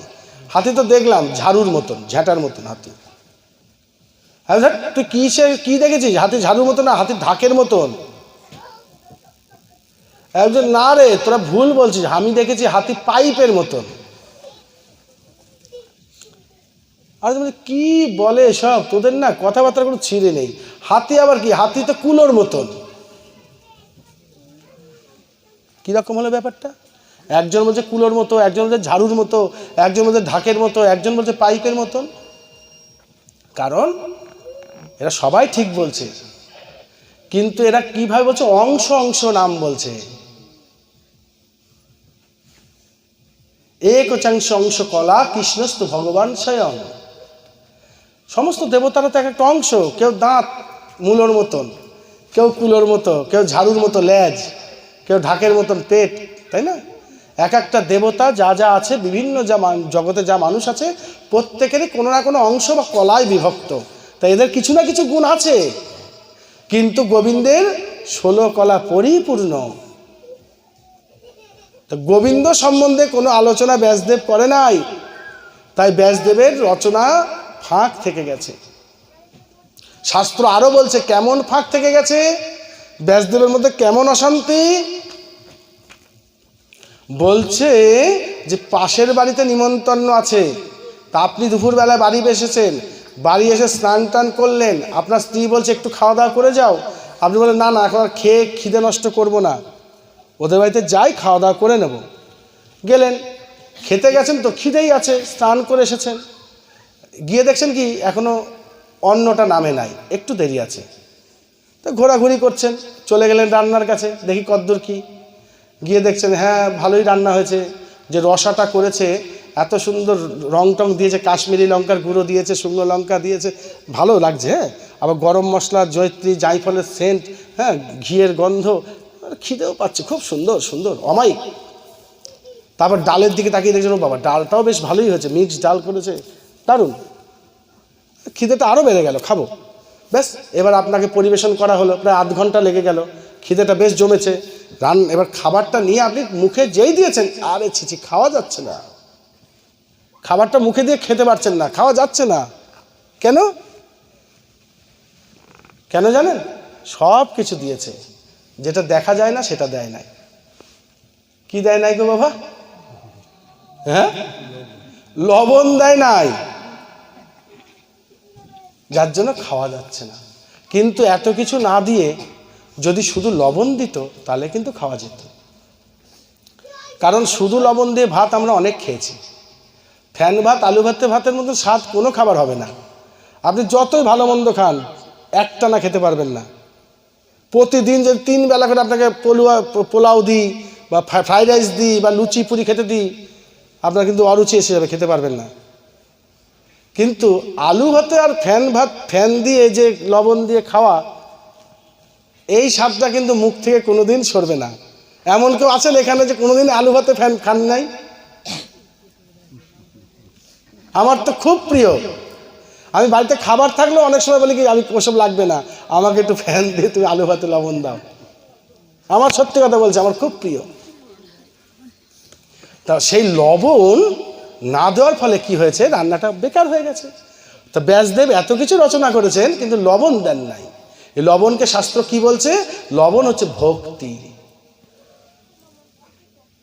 ভক্তিহীন ভজন আর লবণহীন রন্ধন দুটোই বেকার।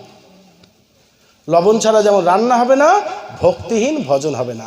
কিন্তু লবণের দাম কম, 2 টাকার লাগে, 5 টাকা হলেই লবণ হয়ে যাবে, তাই না? ভক্তিরও বেশি দাম নেই, খুব সস্তা, কিছুই লাগে না ভক্তিতে। ভক্তির জন্য কিছুই লাগে না। কি বলছেন? বলছে পত্রং পুষ্পং ফলং তোয়ম জমে ভক্তা প্রযচ্ছতি। ভক্ত যদি আমাকে ফল, তুলসী পাতা, গঙ্গার জল দেয়, আমি সেটাই গ্রহণ করি। তা আমি বলছি যে প্রভু আমার কাছে ওটাও নেই, গঙ্গা জল কোথায় পাবো? আমি নেই, আমার কাছে তুলসী পাতাও নাই, আমার ফুলও নাই, আমার ফলও নাই, তাহলে আমার কি করে হবে?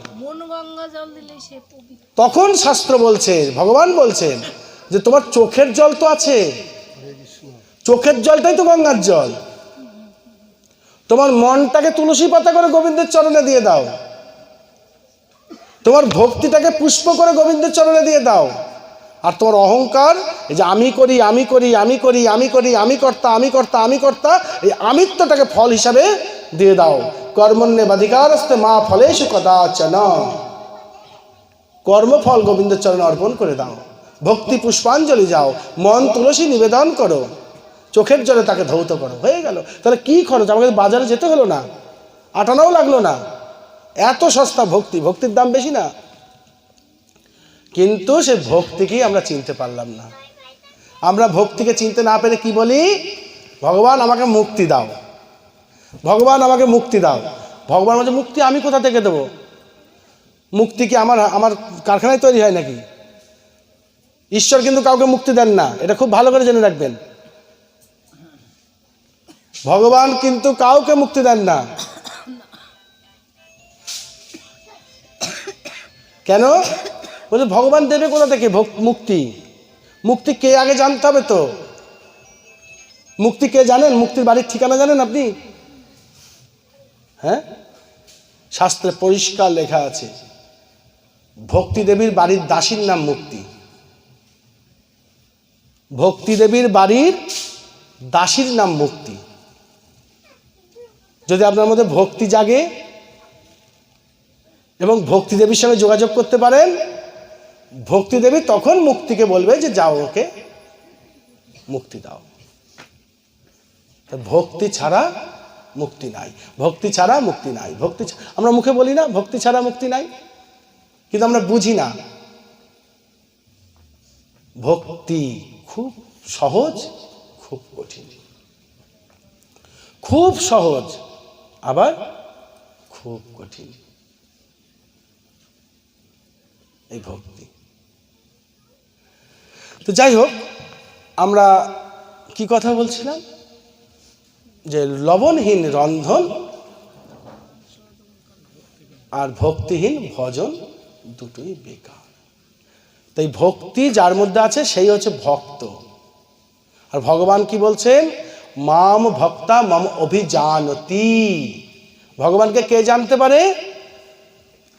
বলছে একমাত্র ভক্তই ভগবানকে জানতে পারে, আর কেউ জানতে পারে না। ভক্ত কেমন দেখতে, ভগবান কেমন দেখতে, ভক্তই শুধু জানে। কারো কাছে বাবা, কারো কাছে মা, কারো ভাই, কারো বন্ধু, কারো স্বামী, কারো শত্রু। খুব ভালো করে বুঝবা মা, ভগবানকে কেউ সন্তান হিসাবে ভালোবেসেছে, সেও ভগবানকে পেয়েছে। কেউ ভগবানকে ছেলে বাবা হিসাবে ভালোবেসেছে, সেও ভগবানকে পেয়েছে। কেউ ভগবানকে বন্ধু হিসাবে পেয়েছে, সেও ভগবানকে পেয়েছে। কেউ ভগবানকে স্বামী হিসাবে দেখেছে, সেও ভগবানকে পেয়েছে। কেউ ভগবানকে মালিক হিসাবে দেখেছে, নিজেকে দাস মনে করেছে, সেও ভগবানকে পেয়েছে। নববিধা ভক্তির কথা এই ভাগবতে লেখা আছে। 9 রকমের ভক্তি আছে, নববিধা ভক্তি এই ভাগবতে লেখা আছে। নববিধা ভক্তি শ্রীদাম বিয়ে করে বৃন্দাবনে বউ নিয়ে আসছে। ভগবান বলেছেন যে তোর বউকে কিন্তু আমি আগে দেখব, পাড়ার কেউ দেখার আগে তোর বউ আমি দেখব। বলে তাই হবে, তুই আমার প্রাণের বন্ধু, তুই আমার বউ দেখবি না তো কে দেখবে? ভগবান বৃন্দাবনের বাইরে গিয়ে দাঁড়িয়ে আছে, ও বউ নিয়ে আসবে, ওকে ওর বউ দেখব। এখন বউয়ের মা করেছে কি, বলে দিয়েছে শোন একটা কথা বলি মা, কি বলে বৃন্দাবনে যাবা, খুব সাবধানে থাকবা, সবাইকে দেখা দেবা, দেখবা, শুনবা, কথাবার্তা শোনা, কিন্তু ওখানে না কৃষ্ণ বলে একটা ছোড়া আছে, ওর চোখের দিকেও তাকাবি না, মুখ দেখাবি না। বলে কেন? বলে খুব বদ, ও মানুষের মন চঞ্চল করে দেয়, তোকে সংসার করতে দেবে না। কথা বুঝেছো? মানে ওই রূপে ওই নয়নের যে নয়ন দিয়েছে তার তো সবই মজে যাবে, সে তার সংসারে কাউকে আপন করতে পারবে না। যদি গোবিন্দের নয়নে কারো নয়ন মেলে, সে আর সংসারে কারো আপন হতে পারবে না। তাই তার মা শিখিয়ে দিয়েছে যে তুমি যাই করবা করবা, কৃষ্ণ বলে যে ছোড়া আছে ওর চোখের দিকে তাকাবো, ওর মুখের দিকে তাকাবো না। এখন তার নাম মাধবী, শ্রীরামের স্ত্রীর নাম। তো সে এখন কৃষ্ণ গেছে, কই রে তোর বউকে মুখটা দেখি। তখন শ্রীরাম বলছে এই তুমি মুখটা তোলো, এরকম আমার বন্ধু এসেছে, ওকে মুখটা দেখাও। তুলতে যাবে, বলছে কৃষ্ণ দেখ মুখটা। কৃষ্ণ যেই শুনেছে ঘোমটাটা নামিয়ে নিয়েছে। কৃষ্ণ দেখানো যাবে না, মা না করেছে, ব্যাস দেখলো না, হাজার বলাতেও আর মুখ খুললো না। গোবিন্দের রাগ হয়ে গেল, ঠিক আছে যা, তোর বউর এত দাম, আমি জীবনে তোর বউর মুখ দেখবো না, যা বলে গোবিন্দ আমার চলে গেলেন। এখন মাধবী আর কোনদিন দেখায় না, যদি কোনো সময় শোনো কৃষ্ণ আসছে বা রাস্তা দিয়ে যাচ্ছে, ও ছুটে গিয়ে ঘরে খিল দেয়। এই পর্যন্তই চলেছে। এবার যেদিন গোবিন্দ গিরি ধারণ করলেন বাঁ হাতের কড়ি আঙুলের ওপরে, গিরি গোবর্ধনকে, ব্রজবাসীরা সবাই তো ওখানে এসেছিল ওই গিরি গোবর্ধনের তলায়, সেখানে সে মাধবীও এসেছে। বুঝো, সে মাধবী ওই ভিড়ের মধ্যে থেকে শুধু কড়ি আঙুলটা দেখতে পেয়েছে, শুধু কড়ি আঙুলটা দেখতে পেয়েছে আমার গোবিন্দের। কথাটা বুঝবেন? দেখতে পেয়ে পাশে এক সখীকে বলছে, জিজ্ঞেস করছে এই ওই আঙুলটা কার? বলছে কেন তুই জানিস না? বৃন্দাবনের সবাই জানে, ওটাই তো গোবিন্দ, ওটাই তো কৃষ্ণ। মাধবী একভাবে তাকিয়ে আছে, আঙুলটা দেখে আর চোখ ফিরাতে পারছে না, আঙুলটা দেখে চোখ ফিরাতে পারছে না, একভাবে তাকিয়ে আছে আর কাঁদছে হাউ হাউ করে। আর মাকে বলছে মা তুমি একই করলে, মা তুমি একই করলে, যার আঙুল এত সুন্দর সে না জানি কত সুন্দর, আর তাকে না দেখলে তো জীবনে সবই বেকার। যে কথায় কৃষ্ণ কথা নাই, যার মধ্যে গোবিন্দ নাই, যে আলোচনার মধ্যে কৃষ্ণ কথা আসে না, সেটা তো সম্পূর্ণটাই বেকার। যে মুখ কৃষ্ণ কথা বলতে পারে না, সে মুখ তো ব্যাঙের মুখ, ভেকের জিহ্বা। যে নয়ন গোবিন্দকে দেখে না, সে নয়ন থেকেই বাকি, না থেকেই বাকি। যে হস্ত দিয়ে গোবিন্দ সেবা না হয়, সে হস্তের কি মূল্য আছে? মা তুমি একই করলে, মা তুমি আমাকে কৃষ্ণ সেবা থেকে বঞ্চিত করলে। হাও হাও করে কাঁদছে, এ জন্মে তো গেল আমার। সেই মাধবী গোবিন্দ সেটাও অন্তরে বুঝে নিয়েছে। দেখো আমি কেন বলছি, গোবিন্দ সেটাও অন্তরে বুঝে নিয়েছে, কত রকমের ভালোবাসা। সেই মাধবী পরজন্মে জন্মালেন মীরাবাই হয়ে। আর সে ছোট্ট পুতুল নিয়ে ছোটবেলার থেকে স্বামী বনে করে গান গাইতো, পুজো করতো, এবং গোবিন্দ এসে তাকে দেখা দিত, মীরার গান শুনতো, মীরার ভজন শুনতো। দারুণ গল্প বাবা, এসব গল্প তো মানে একবারে বলেছে, সংক্ষেপে খালি বলছি, মানে দারুণ দারুণ অবাক। আর কৃষ্ণ কথার থেকে মধুর কথার দ্বিতীয় কিছু নাই, কৃষ্ণ কথার থেকে মধুর কথা কিচ্ছু নাই। কুরুক্ষেত্রের যুদ্ধ শেষ হয়ে গেছে, সবকিছু মিটে গেছে,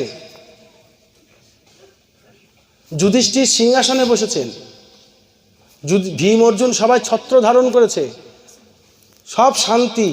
গোবিন্দ বলছে পিসিমা এবার আমি আসি। পিসিমা কে গো? অর্জুনের মা কুন্তি দেবী, ভগবানের আপন পিসি। পিসিমা আমি এবার আসি, তোমার তার কোনো সমস্যা নেই। কুন্তি দেবী কি বলছে জানো? কুন্তী দেবী গোবিন্দকে কি বলেছে জানো? বলছে তুই চলে যাবা, এসো, তবে যদি যদি তুমি আমাকে, আমি তো জানি তুমি ভালোবাসো, যদি তুমি কৃপা করো তো আমাকে একটু কৃপা করো। বলে কি কৃপা? বলছে আমি যখন যেখানে যেভাবেই জন্ম নিই না কেন, যেভাবেই আমি থাকি না কেন, আমি যেন সেখানে বিপদের মধ্যে থাকি, আমি যেন বিপদের মধ্যে থাকি। ভগবান বলছে কি কথা, আজ পর্যন্ত কোনো ভক্ত ভগবানকে বলেনি আমাকে বিপদ দাও, বলেছো নাকি কোনদিন? আছো কেউ যে ভগবানকে প্রণাম করতে গিয়ে বলেছো প্রভু আমাকে বিপদ দাও? বলেছো? বলনি। কিন্তু ভগবানের পিসি কুন্তী দেবী ভগবানকে বলছেন যে আমাকে বিপদ দাও, বিপদের মধ্যে রেখো। বলে পিসি এ কি বলছো? বলে হ্যাঁ, আমি কষ্ট বুঝে গেছি, তুমি বিপদের বন্ধু, যে বিপদে পড়ে তুমি তার পাশে ছুটে যাও। আমার জীবনের কষ্ট দেখে, বিপদ দেখে তোমাকে ডাকতে হয়নি, তুমি ছুটে এসেছিলে, আমার সন্তানদেরকে তুমি রক্ষা করেছো, আমাদেরকে সমস্ত দিয়ে সিংহাসনে বসিয়ে দিয়ে গেলে, কিন্তু আজকে তুমি বলছো চলে যাবে। আমি এরকম সুখ চাই না, যে সুখের মধ্যে তোমাকে পাবো না সেই সুখ আমাকে দিও না, যে যে সেই দুঃখটা আমাকে দাও, যেই দুঃখের মধ্যে আমি তোমাকে পাবো, যেই দুঃখের মধ্যে আমি গোবিন্দকে ডাকতে পারবো, গোবিন্দের প্রতি আমার মন থাকবে, আমাকে সেই দুঃখটা, সেই বিপদটা দাও। কিরকম ভক্ত দেখেন! তাই বললাম না, ভক্ত বড় শক্ত কথা, ভক্ত বোঝা চাকরি ব্যাপার না। তাই এই যুদ্ধ শেষ হয়ে গেছে, সব ঠান্ডা হয়ে গেল। এখন অর্জুন একদিন কি বলছে দেখুন। অর্জুন গোবিন্দকে বলছেন যে সখা একটা কথা বলবো। বল। বলছে আমার না মনে শান্তি হচ্ছে না। বলে কেন? কেন শান্তি হচ্ছে না? কেন শান্তি হচ্ছে না তোমার মনে? বলছে এই যে কুরুক্ষেত্রে যুদ্ধ হলো, আত্মীয় স্বজন, বন্ধু বান্ধব, গুরুদেব, দাদু, কাকে না বধ করলাম, কত রক্ত ঝরালাম, কত কাউকে মেরে দিলাম, আজকে শ্মশান করে দিয়েছি। হ্যাঁ, খুব পাপ লাগে, মনের মধ্যে খুব পাপ বোধ জাগে। এ কি করলাম, কি করি বলো তো, আমার ভালো লাগছে না। গোবিন্দ বলছেন তাই? তাহলে এক কাজ করো, আমি তো জানি যতটা, ভালো তিথি থেকে গঙ্গা স্নান করলে সব পাপ কেটে যায়। যখন তখন গঙ্গায় স্নান করলে হবে না, ভালো তিথিতে গঙ্গা স্নান করতে হয়, তাহলে সমস্ত পাপ কেটে যায়। বা ঠিক বলেছ, তাহলে চলো একদিন গঙ্গা স্নান করে আসি। গোবিন্দ বলছে চলো। গোবিন্দ আর অর্জুন দুজনে রথে করে গঙ্গা স্নান করতে যাচ্ছে। গঙ্গার তীরের একটু দূরে একটা গাছতলায় রথটাকে ঠান্ডার মধ্যে রাখা হলো। অর্জুন নেমে গিয়ে গঙ্গার ঘাটে এগিয়ে গিয়ে দেখতে গেছে যে কোন ঘাটে নেমে স্নান করব। হ্যাঁ, ঘাট দেখতে গেছে, গিয়ে দেখছে একটা কুকুর, একটা মরা পড়ে আছে, জানো তো, একটা বডি পড়ে আছে মরা, আর একটা রোগা মতো কুকুর। মরাটাকে স্নানটা বলে আমি এখানে সমাপ্ত করব। যেটা শুরুতে করতাম সেটা শেষে করছি। ভয়াকার গ ব ত, ভয়াকার গ ব ত, কটা সংখ্যা হলো? আকার মানে আ, আকার মানে আ, ভ আ গ ব ত, ভ আ গ ব ত, ভাগবত। তাই তো? তো ভয়ে কি, ওই যেটা প্রথম থেকে আমি বলে আসছি, এতক্ষণ ধরে চেয়েছি একটাই কথা, ভয়ে কি বলো? ভক্তি। ভক্তি ছাড়া কোনো কথাই হবে না, ভক্তি ছাড়া কোনো কথাই মূল্য নাই। ভয়ে ভক্তি। আতে কি, ভক্তি পেতে গেলে কি লাগে? পঞ্চতত্ত্ব দিয়ে বোঝাচ্ছিলাম। আতে কি? আশ্রয়, গুরুচরণে আশ্রয়। আশ্রয় না নিলে ভক্তি হবে না। আশ্রয়, আতে আশ্রয়। গতে কি? জ্ঞান। গয়ে জ্ঞান কি করে হয়? জ্ঞান বানান লিখতে তো গ লাগে না, কিন্তু গয়ে জ্ঞান কেন? আমি কয়েকটা জিনিসের নাম বলবো, দেখো সবগুলোই গ দিয়ে, যেগুলো দিয়ে আমাদের জ্ঞান হয়। প্রথম কথা, যার কথা আমরা মেনে চলবো, যেই কথা শিরোধার্য, যার কথা ফেলতে নাই, সে কে? গুরুদেব।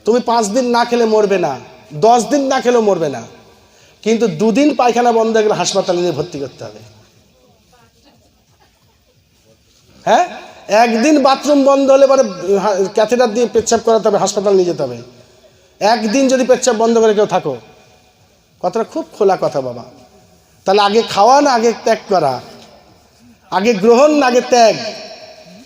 যেই কোনো জিনিস গ্রহণ করার আগে তাকে ছাড়ার কথাটা আগে ভেবে রাখতে হয় যে একদিন তো চলে যাবেই, অতএব মায়া দিয়ে জড়াবো না। আমরা দুনিয়ার মানুষ সারা জীবন ধরে গুছাচ্ছি। কেন গুছাচ্ছি? বলে রেখে যাব তাই। তাহলে আমাদের মতো বোকা কে আছে? মৌমাছি, তুমি এত মধু কেন গুছাচ্ছ? রেখে যাব তাই। বাবা, তুমি এত লোকের সর্বনাশ করে যে এত টাকা পয়সা যে দেখলেন তো নেতারা নিল, কি করবার জন্য? অত টাকা লাগে নাকি একটা মানুষের জীবনে? চুরি কর, সেইভাবে কর, গাছ শুদ্ধ শিকড় শুদ্ধ কেটে নিয়ে চলে আসছিস। তা আমরা সারা জীবন সঞ্চয় করি কেন? রেখে যাব বলে। তাহলে আমাদের মতো বোকা কে আছে? কোনটা নিয়ে যাব সেইটা কিন্তু সঞ্চয় করছি না। আরে চালাক যদি হও তাহলে কি করতে হবে? এখান থেকে কোনটা নিয়ে পালাতে পারবো সেইটা গুছাও। আমি যেখানে গেছি, যে জায়গায় গেলাম, সেই জায়গায় গিয়ে আমার ধান্দা কি থাকবে? কোনটা এখান থেকে নিয়ে যাওয়া যায় সেইটা গুছাবো, সেইটা নিয়ে বাড়ি চলে আসবো। কিন্তু আমরা কি করছি? রেখে যাব তাই গুছাচ্ছি। তাই শাস্ত্রের শেষ কথা এবং সর্বশেষ কথা একটাই, এই মায়ার জগতে ভগবান পাঠিয়েছেন, এখানে আমাদেরকে সব কিছু ত্যাগ করতে শিখতে হবে। আর ত্যাগ না হলে না ভাগবত হবে, না গীতা হবে, না সংসার হবে, না কিছু শান্তি হবে। ত্যাগাৎ শান্তি নিরন্তরম। নিরন্তর শান্তি পেতে গেলে ত্যাগ লাগে। এক পা হাঁটতে গেলে পিছনের পা আগে তুলতে হয়, তবে সামনের পা দেওয়া যায়। দেখো না, আমি পিছনের জায়গাও ছাড়বো না, সামনের জায়গাও চাই, হবে? কি গো, পিছনের জায়গা না ছাড়লে সামনের জায়গা আসবে না। তাই পা না পাল্টালে ত্যাগ আসবে না। ত্যাগ না করলে কোনো মতেই কিছু হবে না। এইটাই শাস্ত্রের মূল কথা। ত্যাগ ত্যাগ ত্যাগ ত্যাগ। তা ভয়ে ভক্তি, আতে আশ্রয়, গয়ে জ্ঞান, বতে বৈরাগ্য, তয়ে ত্যাগ। ভাগবত আবার গীতাও বলছে ত্যাগ। ত্যাগাৎ শান্তি নিরন্তরম। যাক, অনেক ভুলভাল বকলাম, একটু ক্ষমা করবেন। হ্যাঁ, এখানে বিশ্রাম দিলাম। হ্যাঁ, রাধে গোবিন্দ জয়, রাধে গোবিন্দ জয়, রাধে গোবিন্দ জয়, রাধে রাধে গোবিন্দ জয়, রাধে গোবিন্দ জয়, রাধে গোবিন্দ জয়, রাধে রাধা রানী বিনোদিনী ভানুকুল চন্দ্রা, রাধে গোবিন্দ জয়, রাধে। ও গো রাধা রানী বিনোদিনী ভানুকুল চন্দ্রা, রাধে গোবিন্দ জয়, রাধে রাধে গোবিন্দ জয়, রাধে গোবিন্দ জয়, রাধে গোবিন্দ জয়, রাধে রাধে গোবিন্দ জয়, রাধে গোবিন্দ জয়, রাধে গোবিন্দ জয়, রাধে। শ্যাম সুন্দর মদন মোহন বৃন্দাবন চন্দ্র, রাধে গোবিন্দ জয়, রাধে। শ্যাম সুন্দর মদন মোহন বৃন্দাবন চন্দ্র, রাধে গোবিন্দ জয়, রাধে রাধে গোবিন্দ জয়, রাধে গোবিন্দ জয়, রাধে গোবিন্দ জয়, রাধে রাধে গোবিন্দ জয়, রাধে গোবিন্দ জয়, রাধে গোবিন্দ জয়, রাধে। ওই ললিতা বিশাখা আদি যত সখী বৃন্দ, রাধে গোবিন্দ জয়, রাধে। ললিতা বিশাখা আদি যত সখী বৃন্দ, রাধে গোবিন্দ জয়, রাধে রাধে গোবিন্দ জয়, রাধে গোবিন্দ জয়, রাধে গোবিন্দ জয় রাধে শ্রীদাম সুদাম